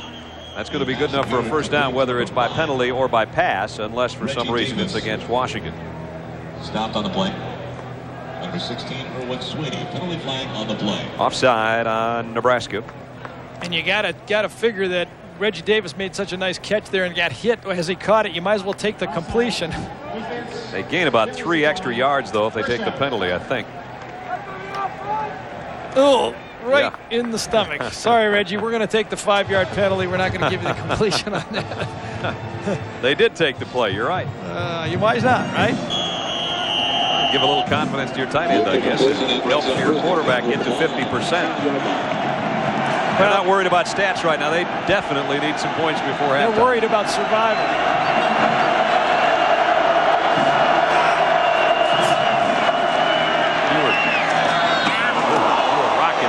Inside the 10, and it looks like it's going to be first and goal there. And that shakes up Gerald Harris, who held on to that ball. Yeah, and that was Clint Finley that time. Really, the beginning, the guy they counted on to be the free safety that was in on that hit. Finally healthy, finally getting in there. Still not 100%, but it'd be hard to convince Gerald Harris that it's not 100%. Here the ball comes in. Kick comes in right there from the other side by Finley, and oh, man. They call them floating ribs for a reason. They might be floating around inside Gerald right now. Yeah, that's right. They're up by his throat right now.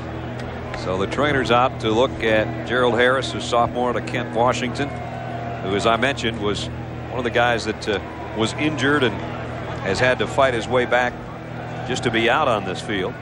Had knee surgery last year. Came in with 8 catches. He's added to that total today. They've thrown a lot of balls in his direction, but none that got him up in the air and got him hammered, and he is pointing at the right side where the hit obviously happened. Next Saturday, don't forget, college football doubleheader, Penn State area, or what your satellite company or cable company may be able to make available on pay-per-view. Gerald Harris comes out,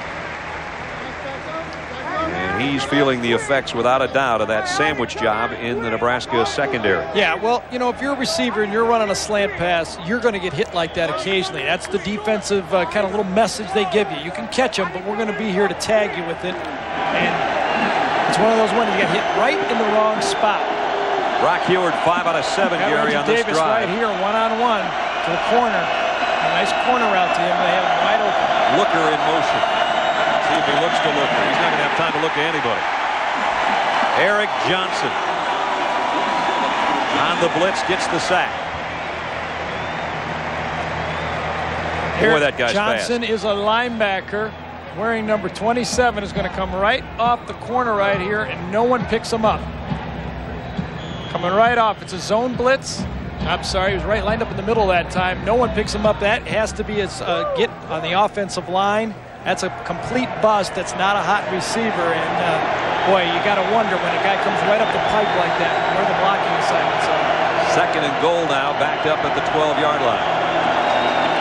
Heward goes complete to Jarzinka. And little Joe tackled by the aforementioned Eric Johnson.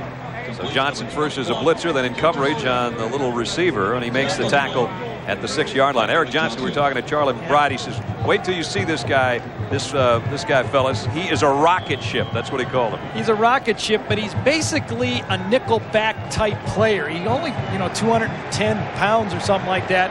Third fastest time on the team. He's a 4.4 340 guy. He's a glorified kind of a fifth back out there, but he comes. Third down and goal. 10th play of the drive from the 6. Again. The throw is complete to Jarzinka. Can he get there? Yes. Touchdown, Washington. Brock Heward nailed again by Eric Johnson, but a 6-yard touchdown pass to the littlest Husky on the field. Same look. Jarzinka comes across the middle of the field this time.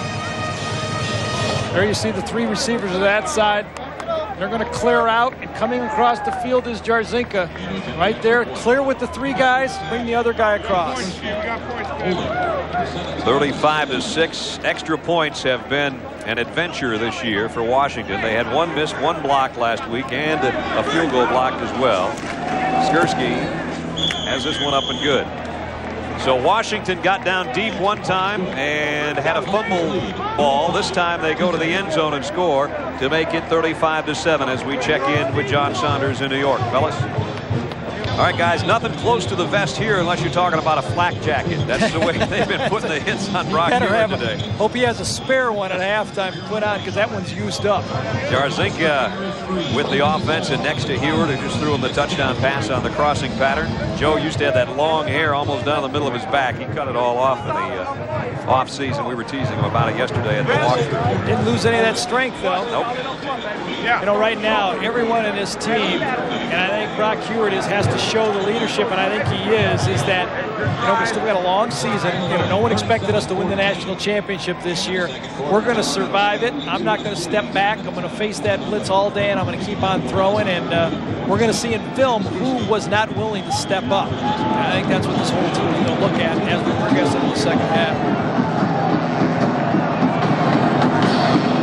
Kick is high and short. See if somebody calls a fair catch. No, it's going to go out of bounds. We're going to have two receptions. Yes, I guess so. So that'll be Nebraska's ball at the 35-yard line. That's the first touchdown allowed in 8 quarters by this Nebraska defense. When they beat Cal a couple of weeks ago, they only won 24-3, and everybody said it's the lowest point total they put up in a victory since 1976, but also they only gave California 3 points. So that's right. When you do that, you don't have to score a lot. Well, you know, again, there was some concern about the offense. They rushed for over 200 yards in the first half against Cal, but they only scored 2 TDs. Right. This is more of the norm when you're watching Nebraska football. Not only do they put, you know, 200 or 300 yards up in a half occasionally, but they do it with 4 or 5 touchdowns, and that's what they've done in this game. It was a scoring drive for Washington, 65 yards in 10 plays, a little over 4 minutes to put it in the end zone.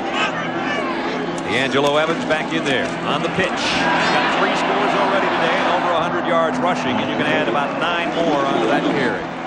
116 on 8 totes of the football in the first half alone for D'Angelo Evans. And here's what the first half possessions have netted Nebraska. Right, and this one right here, this was just for practice. They needed to practice that punting game. You start out with that types of drives, put those types of points on the board, and they really aren't even throwing the ball that much. They're just doing it with their patented offense that they do against everyone. Newcomb, kind of a dangerous pass, but he zipped it in there to Wiggins. He has a real live arm. We watched him throw. I mean, it's not, he was 9 for 10 in his first game that he played, but he does it with his feet, basically. He is a nightmare for most coaches. In the shotgun with a first down. Newcomb just takes off on his own and weaves through traffic to the 42-yard line. Got 6 on the carry. Von Tour and Hairston in on the stop. And we got a timeout on the field with 28 seconds. They're going to try to get at least close enough to give Chris Brown a shot at a field goal. What's really, most people do not have the luxury that we do. It's actually a thrill to watch Nebraska practice. They put more people through more drills faster than any team I've ever seen. And that's the tempo. More coaches come to visit Nebraska wanting to understand the tempo of Nebraska's practices than their actual plays. Well, the walk-on program here in Nebraska is phenomenal, and with that, the numbers tend to swell in the area of maybe 165 players. I talked to Barry Alvarez, who was a teammate at Nebraska under Bob Devaney with Frank Solich, and I talked to him yesterday. He says, Solich is going to be calling me here shortly. He said, how was practice? I said, I've never seen so many guys on one field. And Barry started laughing and said, what do you have, about 200? We shared a good laugh because he was pretty close. But not only do they have a lot of players, but they're organized and they use them. Right. You know, they'll run 3 plays of their offense, their script offense, in less than a minute. I mean, they are really moving, and people are getting reps, and they know where to go, and people are jumping around. There's no standing around in Nebraska practice. Most coaches don't have the luxury, though, of saying number 3 punt team. There just aren't that many guys usually. Second down and 5. Newcomb on the shovel pass to Evans, and D'Angelo's got a first down at the 33-yard line. A pickup of 10. Safe play. If he drops it, it's just an incompletion. If he gets a hold of it, as he did, it's a pretty good gainer. Now they go. Still 24 they're moving seconds. The sticks, so the clock still stopped. Nebraska has 1 timeout remaining. And now they down it to stop the clock, talk it over. People are always surprised when they watch college football that think that Nebraska is one-dimensional. Well, just because you don't throw a lot means it doesn't mean you're one-dimensional. I mean, this is a team that just does a lot of different things, just like the shovel pass, the load options, the traps. They do multiple of things. It's really fun to watch. One of the things also that defensive coaches will say is, with Tom Osborne and now with Frank Solich, you will never see the same play 2 times in a row. Even if the fullback gets 6 yards on a carry, you might never see him on a second. And absolutely no tendencies. Right, that's what we're talking about. Newcomb takes off. He has a tendency to do that. Got it inside the 30. They're going to need a timeout here. Yeah, they got one left, and they'll have to burn it to try to get the field goal unit out there. And while we've got a quick timeout, let's check in with some other shows upcoming on ABC.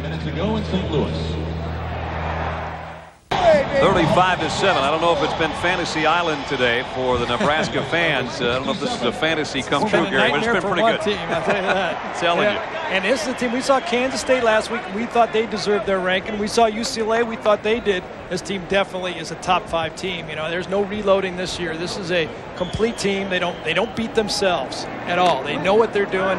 If you're going to beat Nebraska, you're going to have to do it. You can't depend on Nebraska to beat themselves. They'll have to throw this one now to get the clock stopped again to give their field goal unit a chance. So it might be to the end zone. Down the middle. I don't know if they'll have time now. They got a first down. There's a first down, and there's a flag on the play also. No matter what, if it's first down, they should be able to throw the ball down and stop it with 8 seconds to go. And illegal block below the waist. Is that what's going to go against Nebraska? And that would back them up. A chop block, maybe. We'll get the call. Chop block. Spot foul. 15 yards. Down remains 3rd. You'll see a chop block here, and this is what they don't want to have happen. It was D'Angelo Evans that time. Boy, that's pretty weak, I thought. That looked like a pretty good block to me. That's exactly right. He wasn't engaged. The block is happening right there at the end line on the scrimmage, and I didn't see that at all. So now it backs it up to the 44-yard line and obviously changes the complexion of what Nebraska will want to do. They're going to bring out their extra wide receivers and probably try to go to the end zone here with Newcomb's arm. They're going to have to hustle. And now whistles say that the first half's expired. Someone's head will roll. Around Nebraska, a 2-minute drive that wasn't taken advantage of, only 35 points. It's about the only thing that hasn't gone right for them. At halftime, the Nebraska Cornhuskers looking all of number 2 in the country, leading Washington 35-7.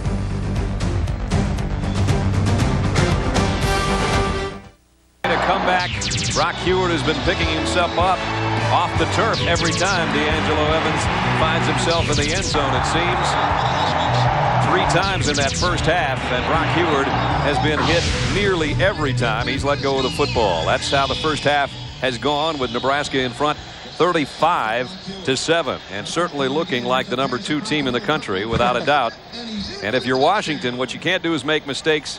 And Gary, they've made a ton of them in the first half. 10 penalties, a season high, and also they had 2 turnovers in the course of the first half. 1 in the red zone, and it led to 14 points for Nebraska. Yeah, they almost had a chance to get back in the game when they were down there that one time, turned the ball over on that option play. But it has been a failure not only in breakdowns mentally, but they physically have not stacked up and blocked anybody well enough to be in the game. You and I talked at halftime and said, we'd heard that Nebraska's defense was fast and that their quarterback was fast. They're faster than advertised, I think. Faster than advertised, more disciplined than advertised. Their precision is great to watch.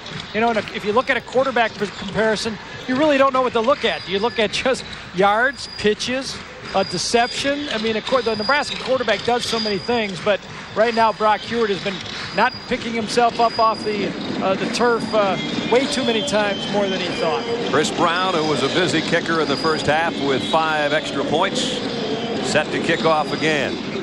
Teray Butler and Joe Jarzinka are back deep, and I don't think either one of them's going to have a shot at this one as it goes out of the end zone. That was good. And the fans are loving it as we start the 3rd quarter. We welcome you back, Brad Nessler and Gary Danielson. You talked about quarterback comparisons. Really, there has been none today. Brock Huard has done his best, but Bobby Newcomb's getting the better of it. Yeah, as the pass rush from the outside has been too much for Brock Huard to handle right now, or for the Washington team to handle. But Bobby Newcomb has been all over the field, not only just throwing the ball, but distributing the football to different people. He's been effective throwing, but when he moves the ball around, when they rush the ball, Nebraska has 3 different people touching it, and you really never know who. Brock Heward will start things off from the 20-yard line for the Huskies to start the second half, finding himself buried in a 28-point hole, and he, with a quick drop, sets and fumbles. Scooped up by Nebraska.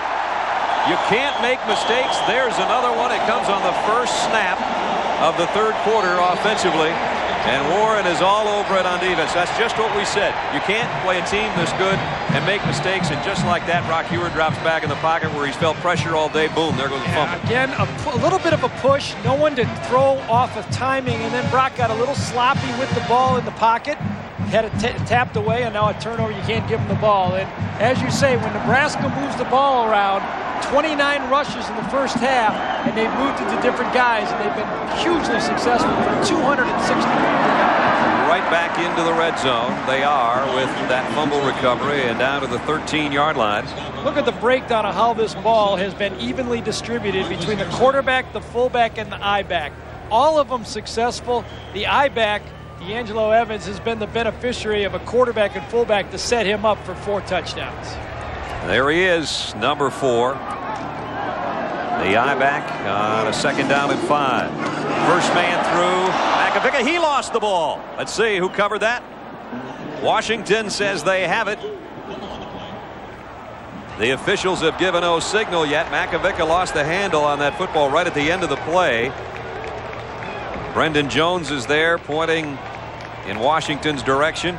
I think Jermaine Smith is back there from the secondary, and still no indication from the bottom of the pile. There's going to be one more body unwrapped there before they give us an indication, I guess. And it is Washington ball. Anthony Von Tour with the turnover, so Washington gets it right back as we look at our Morgan Stanley Dean Witter first half statistics. As Gary talked about, 261 rushing yards. That's a yard more than they had averaged per game coming into this one. 328 total. The penalty situation awful in Washington's side there, and the turnovers as well has made this all Nebraska. But they get the ball back to the Huskies. Macavicka, a rare fumble for him. Heward under center. Just inside the 12-yard line. The toss to Hurst. They didn't try to run much in the first half. That might be part of the reason. Dropped for a yard loss. Lauren Kaiser was the first guy to get there. Nebraska came in allowing 48 yards rushing per game to the opposition. That was number 1 in the country. Boy, that's a surprise, huh? Yep. They've been in the top 5 against the rush the past 4 years. They've never been number 1 over the entire course of a season, but they will swarm after you. There's the guys that have done it on defense so far today, led by Eric Johnson, number 27, who seems to be all over the field. 2nd down, 11. Heward looked like he had time, hit as he tried to throw. Rucker nailed him. The ball is loose, and it is Nebraska football.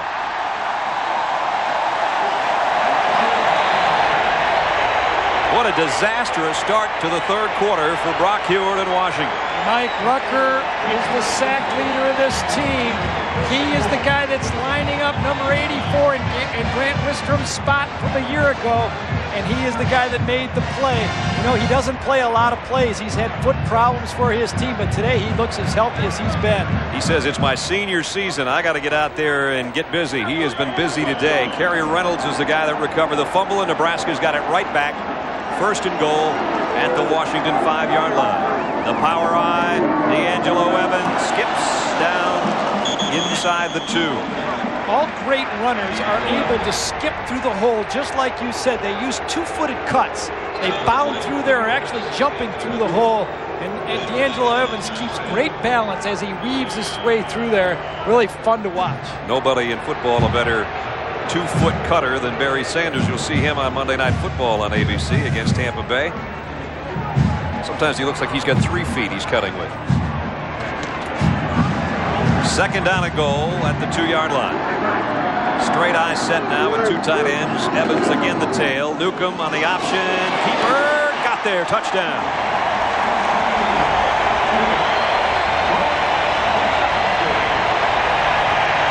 not a better offense inside the 10-yard line than option football with a quarterback that knows how to do it. And Bobby Newcomb weaved his way into the end zone. Newcomb from 2 yards out, and it's 41-7. Mike Rucker, who made that last play. Watch how smart he is, Brad. He gets off the field before he does his celebration. You think those rules haven't had an effect? Get over to the sideline now, dude. Take that helmet. Extra point number 101 straight for Chris Brown. He's had a lot of practice kicking extra points thanks to the offense in front of him. In this case, Bobby Newcomb. It's 42-7. Bobby Newcomb talking with head coach Frank Solich. Had scored from 3 yards out in the first quarter, 2 yards out here in the third quarter, 42-7. Brad, you say head coach, but also offensive coordinator. Right. Because that's what Tom Osborne did here for years, called his own plays. And I think Frank was more excited about that, the opportunity to call the plays, than he is about being the head coach. He said it's really fun. It's fun, especially when you're up 42-7. Yeah, those are easy calls. Jarzinka sees this one sail over his head. You know, Brad, we talked at the beginning of this game, since the big loss here that Nebraska had, you know, you kind of zero in on what Nebraska did, but this is a proud squad here from Washington, and this is tough to take for Washington. Everyone knew coming into this season that this was a year they had to get through. They had that shocking win against Arizona State, but today this is tough to swallow. And Jim Lambright, yesterday you could almost sense that he had a feeling things could go bad. The Huskies have been bounced around and trail 42-7. Eward, the most bruised collie of the day, if you will, and he's back to throw again. Flips it out complete. Pickup of about 8 to Andre Desaussure, his second catch of the day. Ralph Brown over there to make the tackle. Nebraska apparently on its way to its 91st victory of the 90s. That's what you call dominating people. That's hard to believe. It is. It really is. 3 national championships, 1 a co-national championship. If you're somebody from Nebraska that's watching this game, we realize that that was the case last year. But 94, 95, 97. Inside handoff to Shaw. Marie Shaw short of the first down. Aaron Wills with the tackle. Excuse me. The discombobulation of the Washington offense is really, you know, unbelievable to even watch. Even on a clean handoff, Brock is falling to the ground, and you just feel that pressure of that Nebraska penetration on every play. The intensity of their defense has just got Washington off balance here, and they just can't find their track. Marcus Tuiasosopo has checked in to the Huskies lineup. Let's see where he goes. Number 11. He'll come out of the slot to the right. Third and short. Now he'll come in motion toward the ball. They give it straight ahead and stoned right there by Steve Warren, the big tackle. And that is going to be 4th down. Ooh, big collision. Steve Warren only about 6'1", but about 306 pounds. Watch it coming at you. Right up the gut. Point of attack not blocked very well again, and that's just it's tough to watch. It is tough to watch if you're a Washington fan. And really a Pac-10, you know, people have been saying the Pac-10 is so strong this year. This Big 12 conference is really making a statement lately, I think. We've seen Kansas State and Nebraska in back-to-back weeks. They're both pretty darn good. Fleming to punt, and he just got it away, and it's a pretty nice punt. Penalty marker down. He may have been roughed. Walker fields the kick. Reverses his field twice and is not going to get away. Now we apparently have either running into or roughing the kicker. Penalty marker on the other end of the field too. Either way, it should be a first down. That's Jamie Burrow is the guy that's going to pick up the penalty. Jamie Burrow been in the game all game. We haven't even mentioned him. All the special teams, and then we said we find him when he roughs the punter on the play. He got so close to this ball. He goes, I got this one. National. Oh, I don't have it. Now, that was just a little touch. That was really good acting that time. Fleming with the Academy Award presentation, but they call it. And I mean, is there any doubt if it's roughing the punter, it's an automatic first down? Yeah, even if it's running into the punter, it's a first down because they only had fourth down and about 2 feet to go. Several fouls. The first foul is going to be off on the offense. At holding on the defense, we had a dead ball foul, which will assess back at the previous spot. Whew, man. That's it. That's a lot of penalties. Yeah. 3 penalties on one play. That's like WWF football right here. You know, you just go with whatever happens. So, walk it all back. It's been a second half of bumbles and fumbles for Washington. That one by Heward. That one by McAvicker gave it right back to the Huskies. And Brock Heward gets nailed as he's throwing. And that turned into Bobby Newcomb 2-yard touchdown. Sloppy third quarter, only 3.5 minutes in. So what it all means is that Ryan Fleming is going to have to do it again. They'll replay the down. Going to have to do it again with a 15-yard penalty.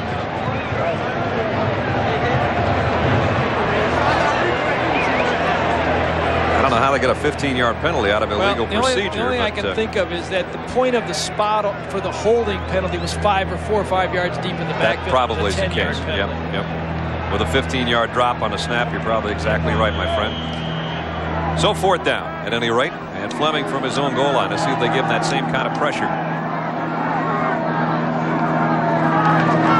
Nope, they back off, and he hits it off the side of his foot. And only crossed midfield by about 2 yards.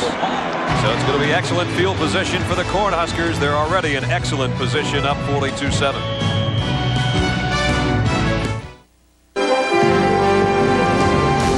ABC Sports presentation of college football brought to you by Jeep, makers of the Jeep Grand Cherokee, Cherokee, and Wrangler. By BF Goodrich Tires, take control. Dr. Pepper and your local Dr. Pepper bottler. Dr. Pepper, this is the taste. And by Valvoline, you can always tell the guys who use Valvoline. There's some guys full of 10W30 up there. They're up on top of what's being constructed outside Memorial Stadium. Inside, there's been destruction by the Nebraska team, 42-7. The pitch, D'Angelo Evans got a nice block from McAvicker, cut inside that. Inside the 40, down the sideline, he tiptoes. They're going to mark him out at the 27, I believe. It's still about 25 yards. Washington is a pretty decent football team. Can you imagine what a Nebraska team can do to some average football teams? I mean, when they get it going, when their fullback comes, McAvicker is going to come right here. Fullback, he's going to get his guy after the fake. He makes his block, and then D'Angelo turns the corner. Just fun to watch. Hand signals, sometimes they don't mean a thing. You just as easily hand the ball to the fullback. There he is, McAvicker, and he's got a dozen. Boy, he's powerful. Jere Butler finally helped to bring him down. Well, you know how a cornerback, Brad, you'll be covering a guy, he can run a slant, he can run an out, he can run a comeback, he can run a post or a takeoff. Well, that's how you feel if you're a defensive lineman for Washington. I mean, you can be blocked down, you can be double teamed, you can be trapped, you can have nobody blocking you in an option play. It's just so many looks as a defensive lineman. After a while, you just ended up there standing there peeking in the backfield trying to figure out what's going on. At the 15-yard line, first down, Cornhuskers. McAvicker again bangs his way down to the 9. Give him about 6 more. And right now he is 537 yards away from being the all-time fullback rusher in Nebraska history. And so if I said earlier that he matches up with the Rathmans and those guys, there's a reason. He knows how to run with the ball as well as block. And just think of this. This is a Nebraska line, offensive line, that had to replace 4 out of their 5 starters. That's right. And they're not even scared. This is not a huge offensive line. I mean, they're not tall. They're just so efficient in what they do. Here's a little counter, and Evans goes down. It's about the first time they've lost yardage today with a running play. PTR McGrath, our ace statistician, says it's the second time they've lost yardage on a play. There hasn't been many. all year, and certainly not today. They're up 42-7. There's a guy that was a fullback in the 60s, if you can believe that, about a 165-pound fullback maybe for Bob Devaney. At least that's he maybe weighs that now. Nickname of Fearless Frankie. Yep. It's easy to be fearless with this offense, isn't it? Look at D'Angelo Evans averaging 13 yards a carry. Keeper by Newcomb, and this time a nice job defensively by Lester Towns, who's been playing through that injury, has been in and out of the game today, the defensive captain of Washington. It's exactly what's happening. You got guys out there that are saying, if I'm going down, I want to go down on my shield on the field. I don't want to be on the sideline. Don't take me out now, coach. That knocks it back just outside the 13. Lester, one of the junior captains, he and Brock Huard, junior captains, and that just goes back to telling you what Gary said earlier. They've got so few seniors on this team that for the first time in a long time, the Huskies have 2 junior captains. Chris Brown will try a 30-yard field goal. Had a string of 17 straight snapped against California, and he missed this one too. Well, he kicked it so true. It just, it's like one of my drives. It just wasn't on the fairway. It was nice. It looked good. It went a long way. All the way. Pull out another one, Gary Mulligan. Chris doesn't get a mulligan. Washington gets the football back. Nice swing. Nice ball flight. Pretty. Maybe they teed it up too high. Yeah, he pauses and just pushed it outside the fairway. Just a little bit out in the rough. There it is. Nice swing. He's got one of those new Callaway Big Berthers right there. We just got word that Mark McGuire has hit a home run today. What's that, 67? 67. Oh, he went past my number. You said 66. You made that prediction. Oh, intercepted. Nope, they're going to say he's down. It's Walker who picked that ball off. They say his knee touched down on the contact with Dane Looker over there. And the day continues to get worse for Brock Huard. It was not a great throw. Dane Looker kind of had to adjust to the ball to the outside. Another one of those things where the quarterback is just hurrying a bit. No one in his face, throws it low and away. Should have been caught, but when things go bad, they go real bad. And, let's see. Now, what did McGuire's got, 67? I think Nebraska's got a chance at 67. They might. They might. They could pass Babe Ruth here today, or Mark McGuire, or whoever. We've seen a lot of Heisman hopefuls take it on the chin lately. Ricky Williams last week, Brock Huard today. I think you can evaporate all those notions about the Heisman for both those guys. And a couple linemen doing a dance, heading in different directions. Jason Schwab was quick. He was just off on the wrong count. Right. Illegal procedure against Nebraska. Ohio State's idle today, and Nebraska certainly is not going to lose any votes. Washington will. No, they won't. And I think everyone's just going to kind of stand pat right there. That's a nice matchup next week, isn't it? Penn State, Ohio State right there. Yep, we'll have that one for you. We'll see 5th-ranked UCLA. They won't change either as far as their ranking because they didn't play. If you somehow missed it, their game in Miami against the Hurricanes due to Hurricane George. That was one hurricane they couldn't overcome. I understand it was actually nice enough weather today they could have played the game, but they made the cancellation already back on Thursday. So UCLA will stay 5th-ranked in the country. That was a pretty good football team is Oregon. I think they're surprisingly good this year. Keely Smith, their quarterback's another quarterback this year. The year of the quarterback who's going to get drafted into the NFL. Yep, Todd and John talked about that at halftime. It's a good batch. 2nd and 10, just inside the 20. Evans, the eye back. Newcomb drops back to throw. Lofts one out to the tight end all alone. Sheldon Jackson, touchdown. Now, wait a minute. One official said touchdown. One has spotted it at the 1.5. Yes. And this was a design play to go to Sheldon Jackson all the way. He faked, he fell down, and let all of the pursuit go to the opposite side of the field, then got up and made the play. There he is right here. Watch him go in here and block, and then get up and catch the play wide open. Tight end, snap the ball. It's a long snap count we got going right here. It's on 12, on 3-13. Goes down, he falls down, then he gets back up, throws it up there. That's a nice, I could complete that one. Jackson dives, and one official says touchdown. I thought this was a touchdown, didn't you? Well, he stepped you on the see line. the headlinesman and the back judge, two different versions, and they're still talking about it. Well, I think they worked together right that time. One guy was looking at the pylon, the other guy was looking at the outside line. They flipped a coin and they got no touchdown. Well, we'll flip it, take a timeout, and be back.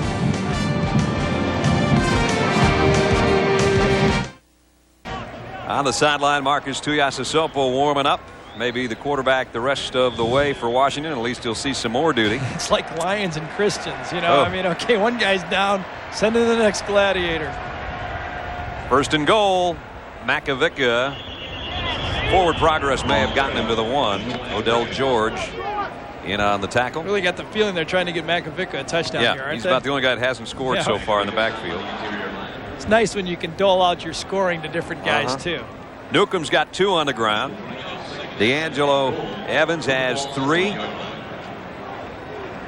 And 5 of 7 times in the red zone has produced points today. A missed field goal, 1 turnover that really didn't matter at all. And now it's D'Angelo Evans in that power eye, and Makovica, the motion man, out of it.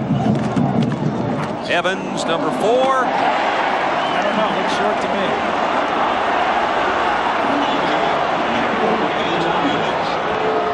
Down underneath.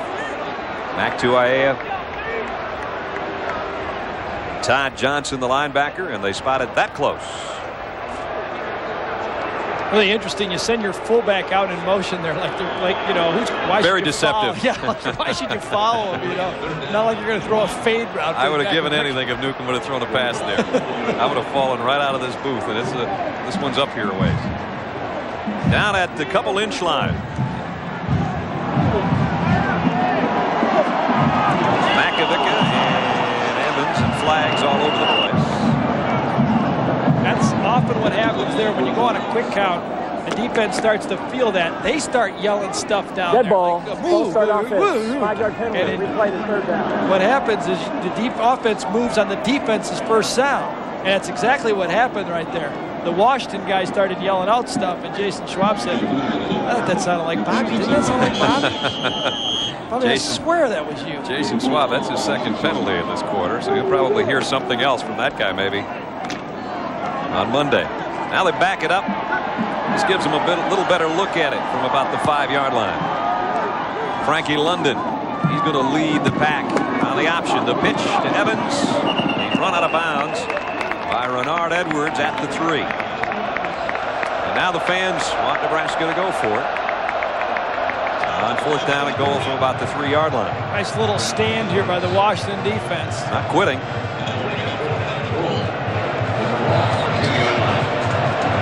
Don't see the kicking unit yet. And we're not going to see the kicking unit. It's one of those plays where whatever you do here, you're running up the score. If you kick the field goal, you're running up the score. If you try to run it in, you're running up the score. You might as well practice your offense. So it will be Evans and Makovica behind Newcomb. 4th and goal at the 3-yard line. Newcomb is going to have to keep it, and he scored. His 3rd of the day.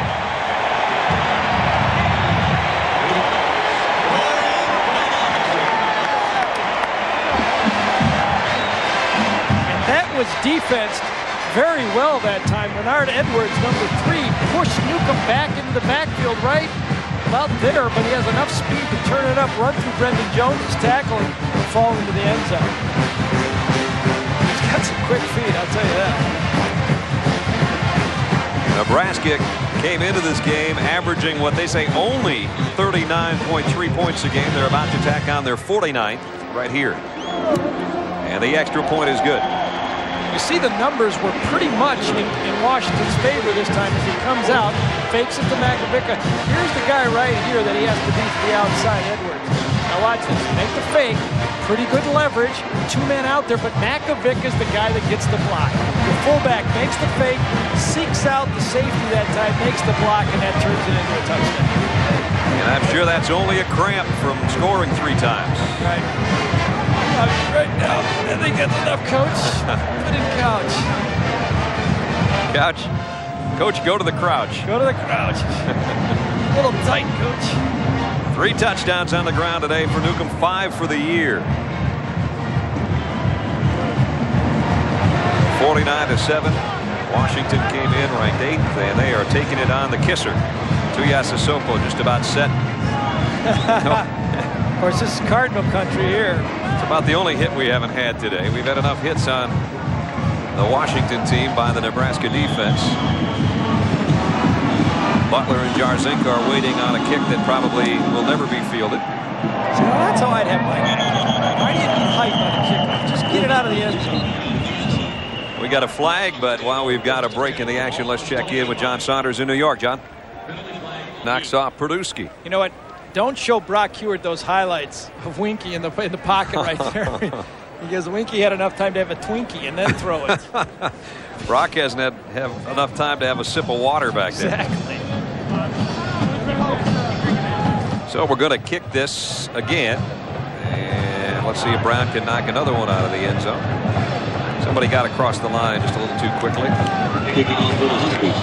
If your parents out there of some young quarterback, teach him how to play outside linebacker. It's more fun. To be the hitter instead of the hittee. Right. That big bullseye on the chest. Might have a chance to return this one. No, maybe not. Jarzinka says, I'm bringing it. Joe Jarzinka. Across the 20. Broke a tackle and out near the 30-yard line. The little fella has Washington's only touchdown today on a 6-yard pass from Brock Huard. So Jarzinka's way out there. 8 yards in this time, huh? Can he take it back?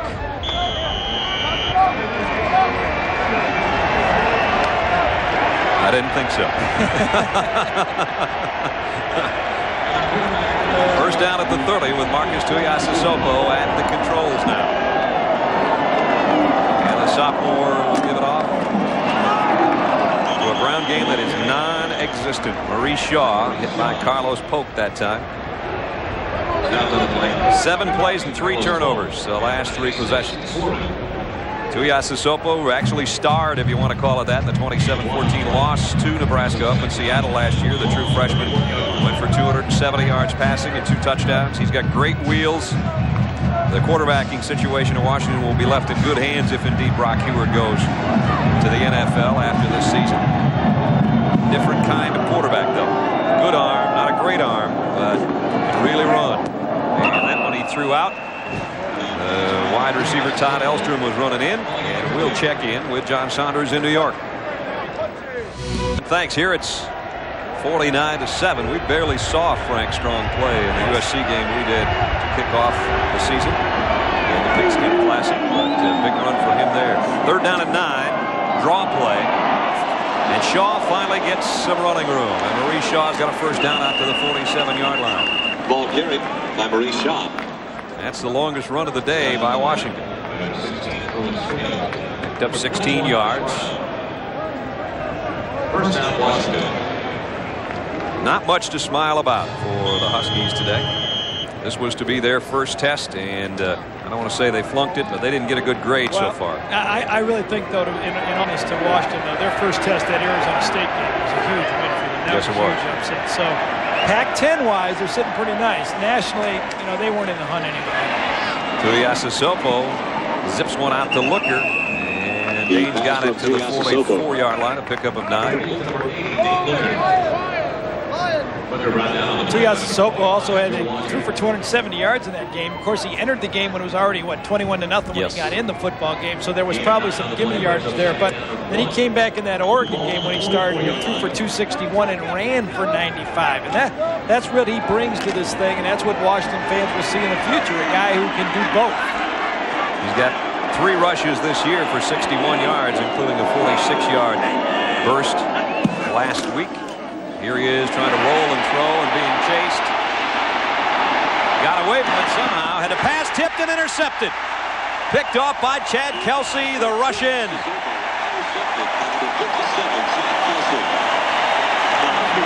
Boy, when things are going right, Brian Shaw was the guy giving chase. Kelsey, the defensive end, comes up with the interception. You're exactly right. Brian Shaw, number 46. Now get this. He has the all-time best agility run for his position as a linebacker. He chases down Tuiasosopo there. It's tipped up in the air, and then Kelsey, the rush end, ends up picking that thing off. Brian Shaw is a 4.0 student. He's a walk-on here in Nebraska, and he has the all-time record for the agility run here at Nebraska. What an athlete. 5-yard gain with the fullback, Willie Miller, in there from Makovic. It's an entirely different backfield right now as Monte Cristo's in at quarterback. And as Gary said earlier, Bobby Newcomb, coach, I'm a little tight in the hamstring. I've scored 3 touchdowns. Maybe it is time for the backup. Well, that's one of the great benefits for being a backup at Nebraska. You get to play a lot. You sure do. Cristo played a lot last week, 2 weeks ago, I should say, in the win over Cal. Gives it to the fullback again. Miller tripped up this time. Got back to the line of scrimmage. Maybe got a yard out of it.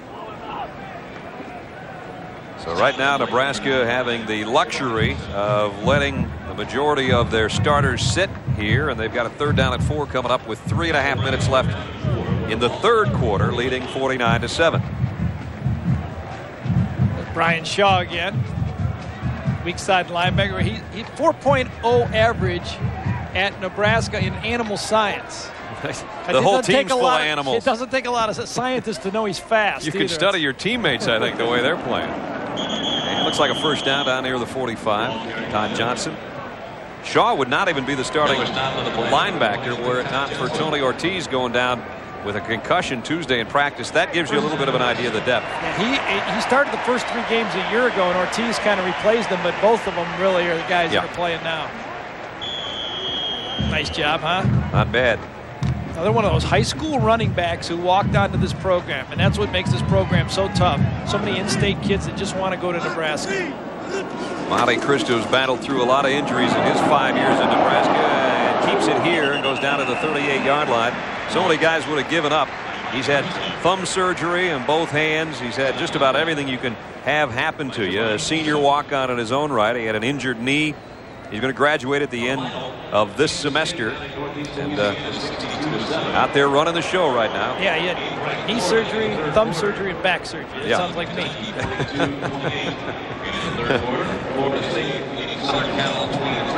2nd down and a long 2. Giants winning again. Are they going to steal this thing? Amazing that heading into the final 2 days of the season, the wild card race was in a 3-way tie after what happened last night. And Cristo has got a 1st down on the keeper. We were watching the games last night, quite a few of us, and seeing Sosa hit his home run and then ordering one more round of sodas, and then seeing McGuire hit his 45 minutes later. We had a great time watching that action last night. Straight ahead, Miller, the big fella, still going down to the 17-yard line. And number 17, Lester Towns, finally brings him down. Just amazing what Nebraska can do with a few options. No flanked receivers that time. No spread offense.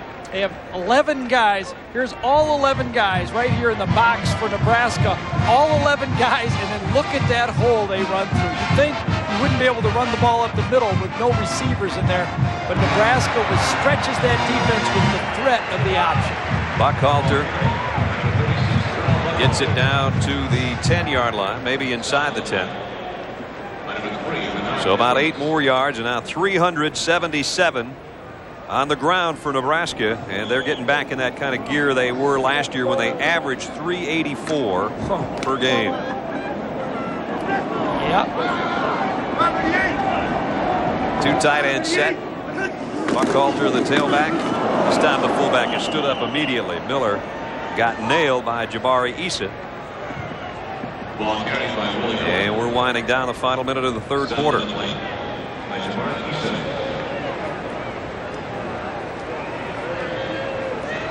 Jabari, a junior, who's one of the real run stoppers for this team, but there hasn't been much stopping the Nebraska offense today. Randy Hart has a saying that he likes to attribute that defense in football basically is organized chaos. And right now, Jabari Issa would affirm that, because he has no idea who has the ball most of the time. Buckhalter has it right now. To a about the 1-foot line. You take out D'Angelo Evans, you put in Buckhalter. Did he explode through there? Yes, he did. A lot of competition to get the ball here at Nebraska. Only the third signee ever from the state of Mississippi to the Nebraska team, Corral Buckhalter, and he almost halted that one right into the end zone. Very close. I thought he was close, but it was the right call. He was about a half yard short. Let's see if he gets the call here. First and goal. The fullback, Miller, touchdown.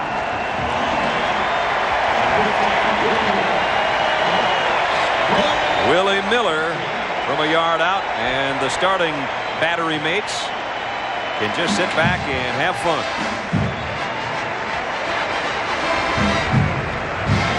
Hand it off to the fullback. Everybody's wondering, are you going to go option? What are you going to do and just leap over there? What a drive. This is the backups in there, and Washington is not substitute. They still got a lot of their starters in there. Dan Haydenfeld's going to try an extra point. Chris Brown's got to be tired from either extra points or kicking off. And Haydenfeld has it deflected and missed it. I think Jabari Issa got a hand on it, but still, with just 6 seconds left in the quarter, it is 55-7. Kick off out of the end zone again.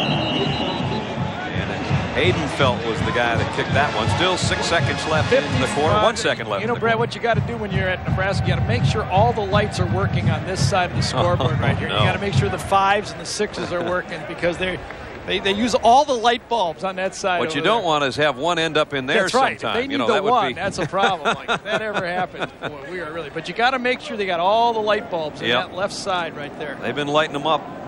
55-7 with 1 play left, third quarter. Frank Solich, this was to be his first test as the first-year head coach, and with flying colors, he's going to pass this one. His team has dominated this one from the outset. Tuiasosopo again in for Brock Hewitt at quarterback. Counter to Willie Hurst. And the freshman out for about 9 yards to the 29 to bring the third quarter to a close. 55-7, number 2 Nebraska leading this one. ABC Sports presentation of college football will return after this message and a word from our ABC stations. Hewitt saw his older brother Damon be a backup quarterback the year that Washington upset Nebraska back 7 seasons ago. It's not going to happen today. It's been all Cornhuskers, and now Washington with a second down and about a yard from their own 29-yard line. Hurst in motion out of the backfield. First man through is kind of the fullback, and first down out to the 35-yard line. You know, I don't know what it is about you and I. Maybe we're in the wrong spots. We've ended up with so many blowout games. Maybe we should switch positions. You want to do that? Maybe. You take that side, I'll take this side. I'm writing on my little instrument over here. I can't deal with that. You can go across. Okay, we'll give you one play. Well, let me try it here. All right. All right. I'm tired anyway. 55-7, first and 10. Tuiasosopo, of course, started a game last year when Brock was hurt. Comes out with 4 wide receivers. I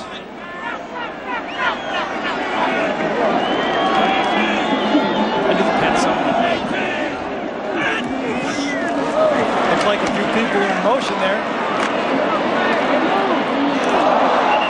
Hurst, though, is the guy who got it. I don't see a flag anywhere. 7 yards on the carry.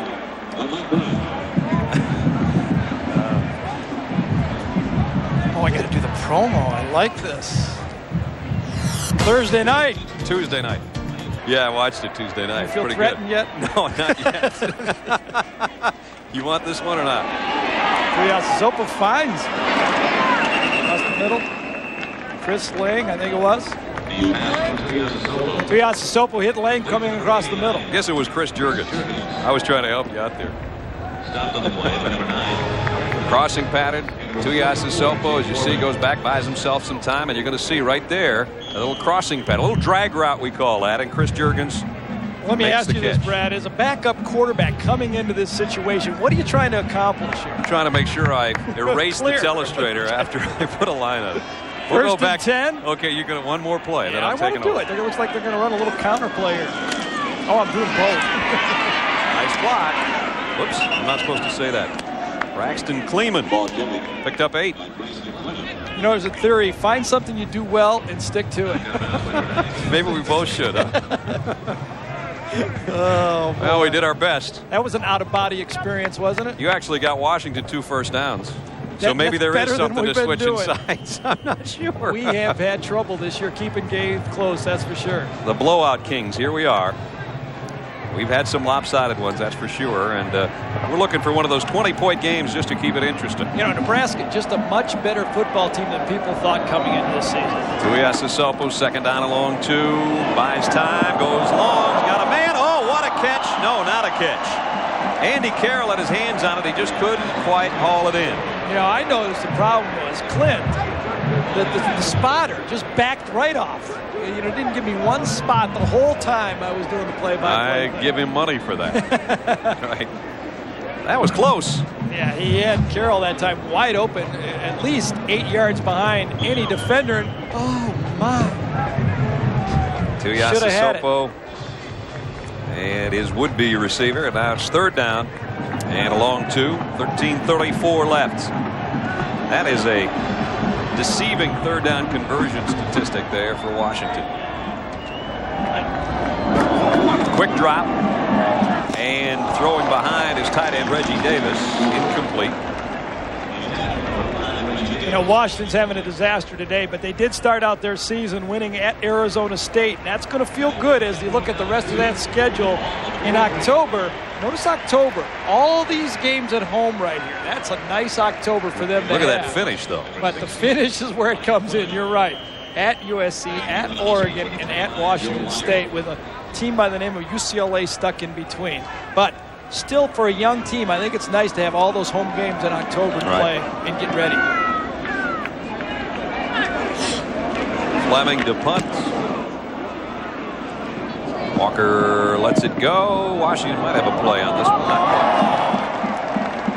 Got close. 43-yard kick, and Nebraska will start to work offensively from the 20-yard line when we come back.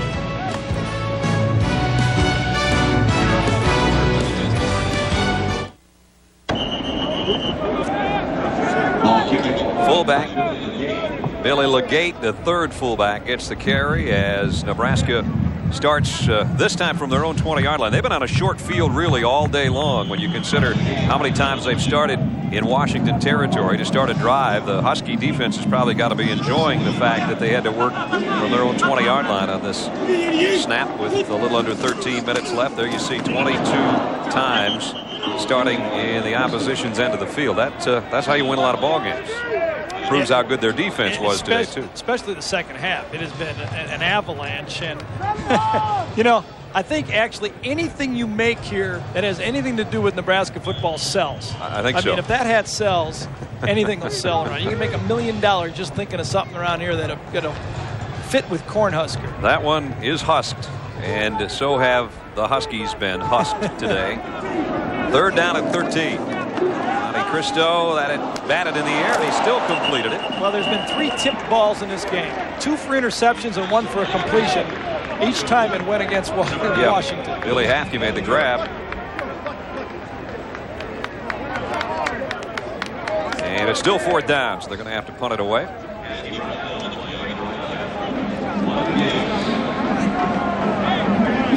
Fourth down and about 4. Nebraska is one of the few teams, as you look right here, that has not gone to the wide type of bandits to the outside. They put all their guys tight right here. They have not changed. They did it 20 years ago. They still do it. They cover punts as good as anybody in the country. Fleur's kick takes a great Nebraska bounce. Goes out of bounds right about where the official was standing at the 41-yard line. Cornhuskers are having fun. Why not? They lead 55-7. You got to be a Lincoln police officer to get in here. 76,300 plus on hand to watch this one, and they have enjoyed what they've seen today. All Nebraska. Tuiasosopo on a handoff, and it's Braxton Clement out to about the 44-yard line. Carlos Polk made the tackle. We're under 12 minutes here, 55-7. And Marquise Tuiasosopo is the latest in the line of a lot of great quarterbacks at Washington. Brock Huard is the guy, the incumbent this year. But, you know, 7 out of the last 8 quarterbacks, and there have been some great ones at Washington, have come within 100 miles of the campus. Wow. The only exception is Brunel. I'm sorry. And, he came from California, but you get most of them right from that great Pacific Northwest. Factor in Washington State and the guys they've had up there. There's been some quarterbacks coming out.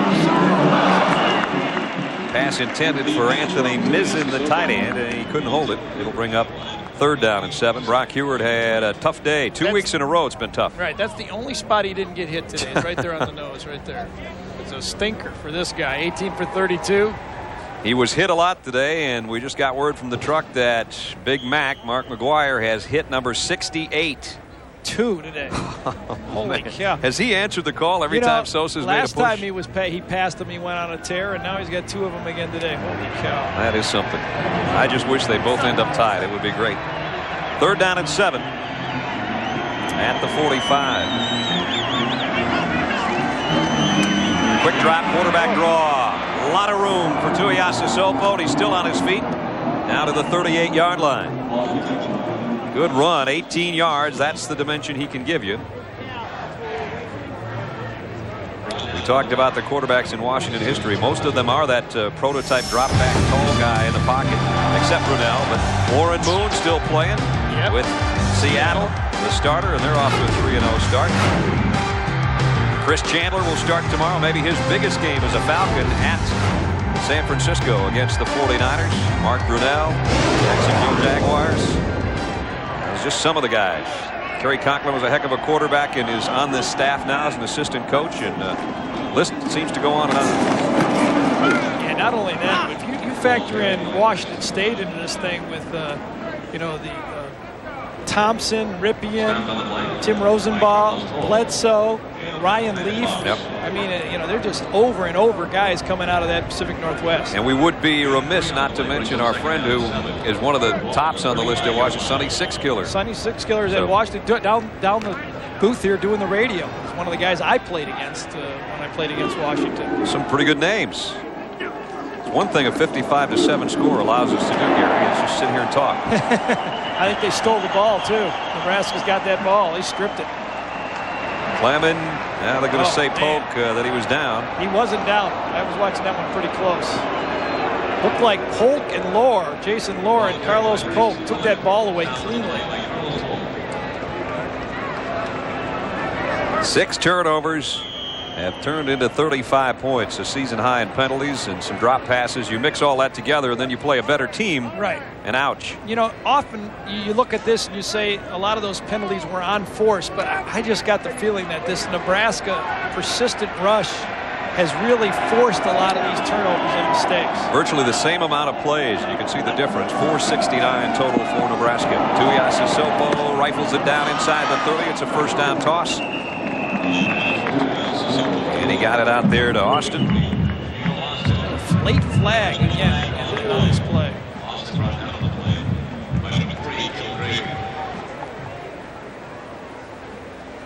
And it is holding against Washington. So just when they get a positive play or two, it turns around and goes the other way. That's their 12th penalty now. And this one takes away a 1st down. And again, it's holding because they can't block them. That's right. And they're trying to save their quarterback. It's not just like, they're holding Slippery Rock here. They're holding Nebraska. And they're holding a lot of Nebraska guys that are 2nd-line players. Aaron Wills is in there. You mentioned Jason Lohr. Vanden Bosch, who has been creating havoc today. Lohr's a true freshman. He's still in there at tackle. They do a little stunt as they try to get to Tuiasosopo, who's airing it long.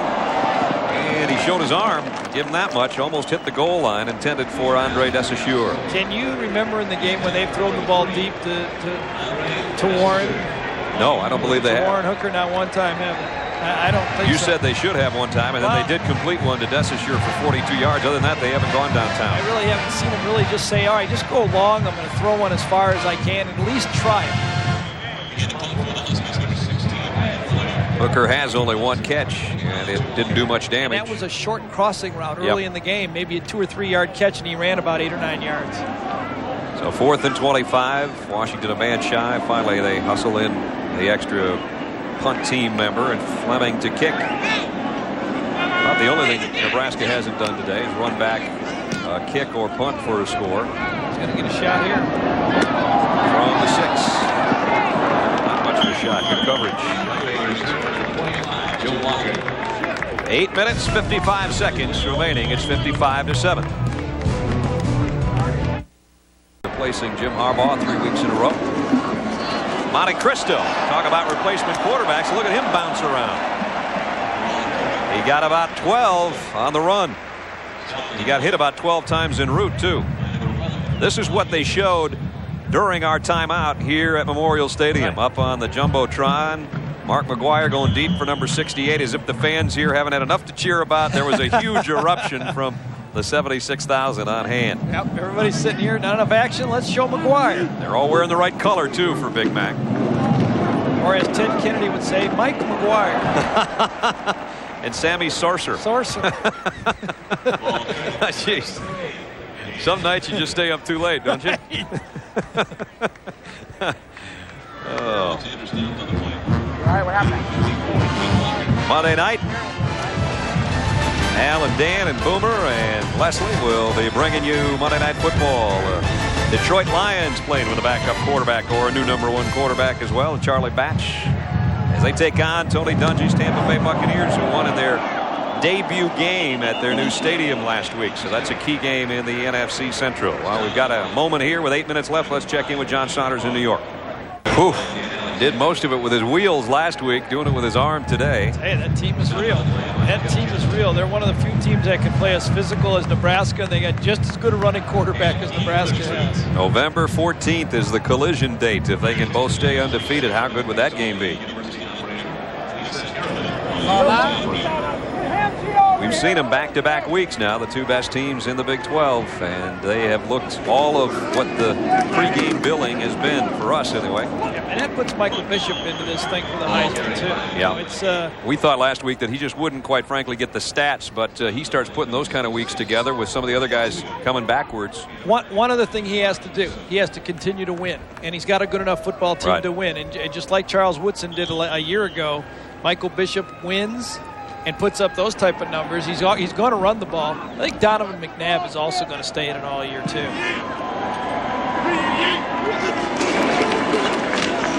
And a first down run for Dan Alexander. I got a sneaky one for you. Champ Bailey at Georgia. Yeah, I just don't know if they're going to do that twice in a row. You know, he's a great football player. Brock Huard is pretty much out of it with those numbers today and what went on here today. Brad, we've done a lot of blowouts, and we've done a lot of games. 5 minutes left to go. There's nobody in the stands. But if you look at the stands here, these people think they're watching spring football or something. You know, I mean, they stay in here. They want to see the recruits, the new young players in the future, the sophomores. You know, they got a few people penciled in for a couple of years from now. Humboldt. They do not leave. Everybody is still here. We're getting paid. We got to stay. Everybody else. You're getting paid for this? Well, they tailgate before the game and after the game here, too. That has something to do with it. But you're right. This has the feeling of a Kentucky basketball game. They stay at Rupp Arena about 3 hours afterwards just to listen to Tubby Smith's radio show. So it has that same kind of appeal. Well, Washington got it back with the fumble. Way too little and way too late.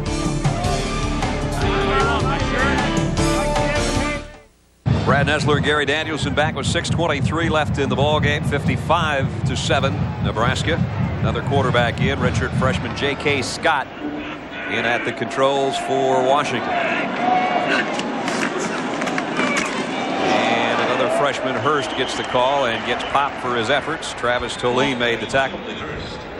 Well, if this one holds up and Washington doesn't score, it'll be the most lopsided win ever over a top 10 team. It'll be the 45th consecutive home victory. Right now, that's 5th all time in the NCAA record book. Miami had a stretch of 58 at one point in their reign. An 11th consecutive win over a top 10 team.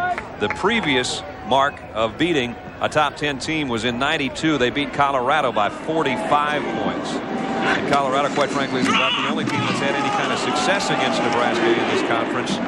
And that is their final game of the season on November 27th. You'll see it on ABC. So the Buffaloes and Cornhuskern State. And if they win that one, their matchup that we'll see next week in Pasadena with UCLA will be a very, very big game at this stage of the season. Blitz on third down. The ball tipped at the line again.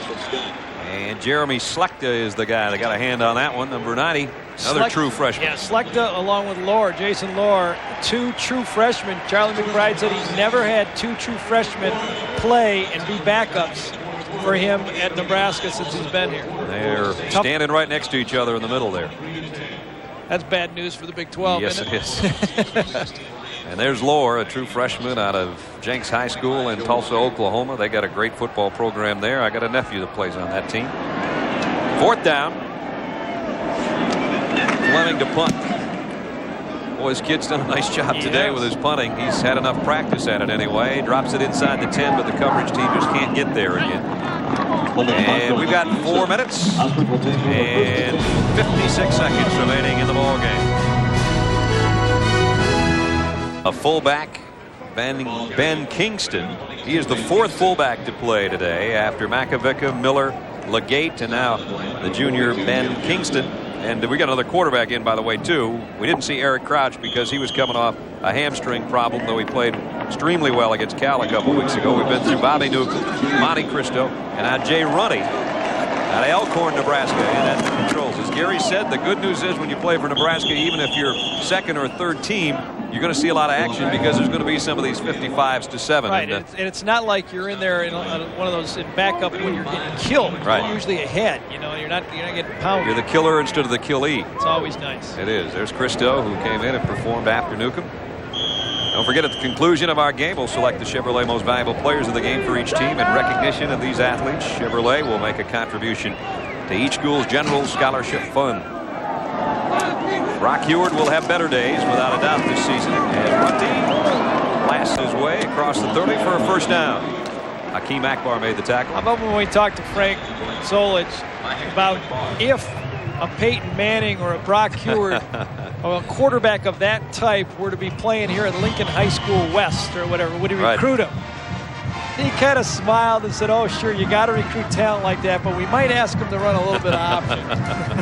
Not going to change too much. And then we talked to Brock about that, and he said, you know, I talked to Tom Osborne when I was coming out, and Tom was very nice, but he said, you're not really my style. I guess you're not going to come here, are you? Yeah, Brock said he was, Coach Osborne was very classy about it. Just said, you don't quite fit our system. Of course, Frank was a long-time high school coach in this area, and that doesn't hurt your recruiting either, to have 19 years as an assistant under your belt, having played under Bob Devaney, and then having all the successful years he had as a high school coach here in Nebraska. So the rapport they have with the teams in state is pretty phenomenal. They're up to 432, so they're well over their average.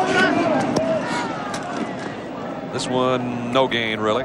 If they called an option play right now and tried to pitch it, they might score. It's just that Frank Solich calling the plays is being very nice and keeping the ball between the tackles. Yes. And keeping the clock running. Yes, but I mean, they could just run an outside play right now and go pretty far with it. Well, the clock's not going to keep running now because they're going to call a timeout, but I think it's just completely because they have the wrong personnel in there with some backup people. We'll take a timeout, too. About 2.5 minutes left in the game. Well, folks, we missed a play while you were away, and Nebraska failed to pick up a 1st down on the fullback lead, and that means another punting situation. situation. If you were watching the rest of the game, you didn't miss much. It was the same thing. Right in the middle of the field. Right in the middle of the field. LaFleur and Joe Jarzinka from the 12. Joe, nice move. And got almost 10 on the return. And the little guy has done a pretty good job today. Not only as a punt returner, he has the only touchdown for Washington on a 6-yard reception. And also brought some of those deep kickoffs out of the end zone. But this pretty much tells the story. Yeah, when you got your starting quarterback sitting there crinking his neck and breathing out and saying, boy, I didn't know if there'd be days like this. He walked into the practice yesterday and said, this is a pretty nice place you got here, he said to some of the folks from Nebraska, and I don't think he's going to think it's the greatest place he's ever played now, as he'll leave here on the short end, 55-7. It was a bad omen when BYU was successful putting pressure on him last week. He never found a rhythm last week, and he certainly didn't find one today. Brock Huard we're talking about. So now we're down to the final minute and a half of the ball game. And their coaching staff trying to say, keep your head up. Oh, absolutely. They got a long season. They got one win in the Pac-10 conference already, a game they did not think they could win. So they just got to put it out of their mind and go on. It's not like they're the first team that ever came here to Nebraska and got beat bad. Right. Willie Hurst, the tailback. A little more duty here. Spins across the 30. Shows you a little bit of what he can do. And he'll get a lot more carries with Maurice Shaw struggling at that tailback spot. Chevrolet most valuable players in this ball game. Joe Jarzinka, who scored that touchdown, had some fearless punt and kickoff returns for Washington. And D'Angelo Evans, what a return as he splashed on the scene with a huge game today, including 3 touchdown runs and way over 100 yards. Chevrolet donation will be made to each school's general scholarship fund to reward outstanding students for their academic achievements and to assist those in financial need. It's been a Chevrolet tradition for more than a quarter of a century. And a whistle. Oof. And you take a shot after the whistle. D'Angelo Evans, by the way, 13 carries, 146 yards, and 3 touchdowns. Over 10 yards a pop. It's over 11 yards a pop. If they'd have given it to him more, they had more than that, too. Right. They were kind of nice to Washington in the second half, took him out of the game, didn't run many option plays, and boy, I tell you, you got to feel great for him. I saw him interviewed all week, and he said he's learned a lot more about himself. You know, he said, I'm a hot shot coming out of high school. Great things happened to me right away when I came to Nebraska. I thought I owned the world. Then you have a few injuries, and you realize how important things are to you in life. He, in high school, broke the records previously set by Barry Sanders, who we were talking about. With almost 8,500 rushing yards. Loose ball at the end of that play. He's one of those guys that the world recruited, and Nebraska won out over Notre Dame and Penn State. So he's a guy that would have looked good in any uniform, I think. Well, the guys in the red uniforms have certainly looked good today, and that's probably is the final play of this ball game. And Nebraska, number 2 in the nation. They'll stretch the nation's longest winning streak to 18 games. Their home winning streak reaches 45 games. And they exercise the demon that started the loss 45 games ago. Washington, that beat them 7 years ago, had no chance against them today. Final score, Nebraska 55, Washington 7.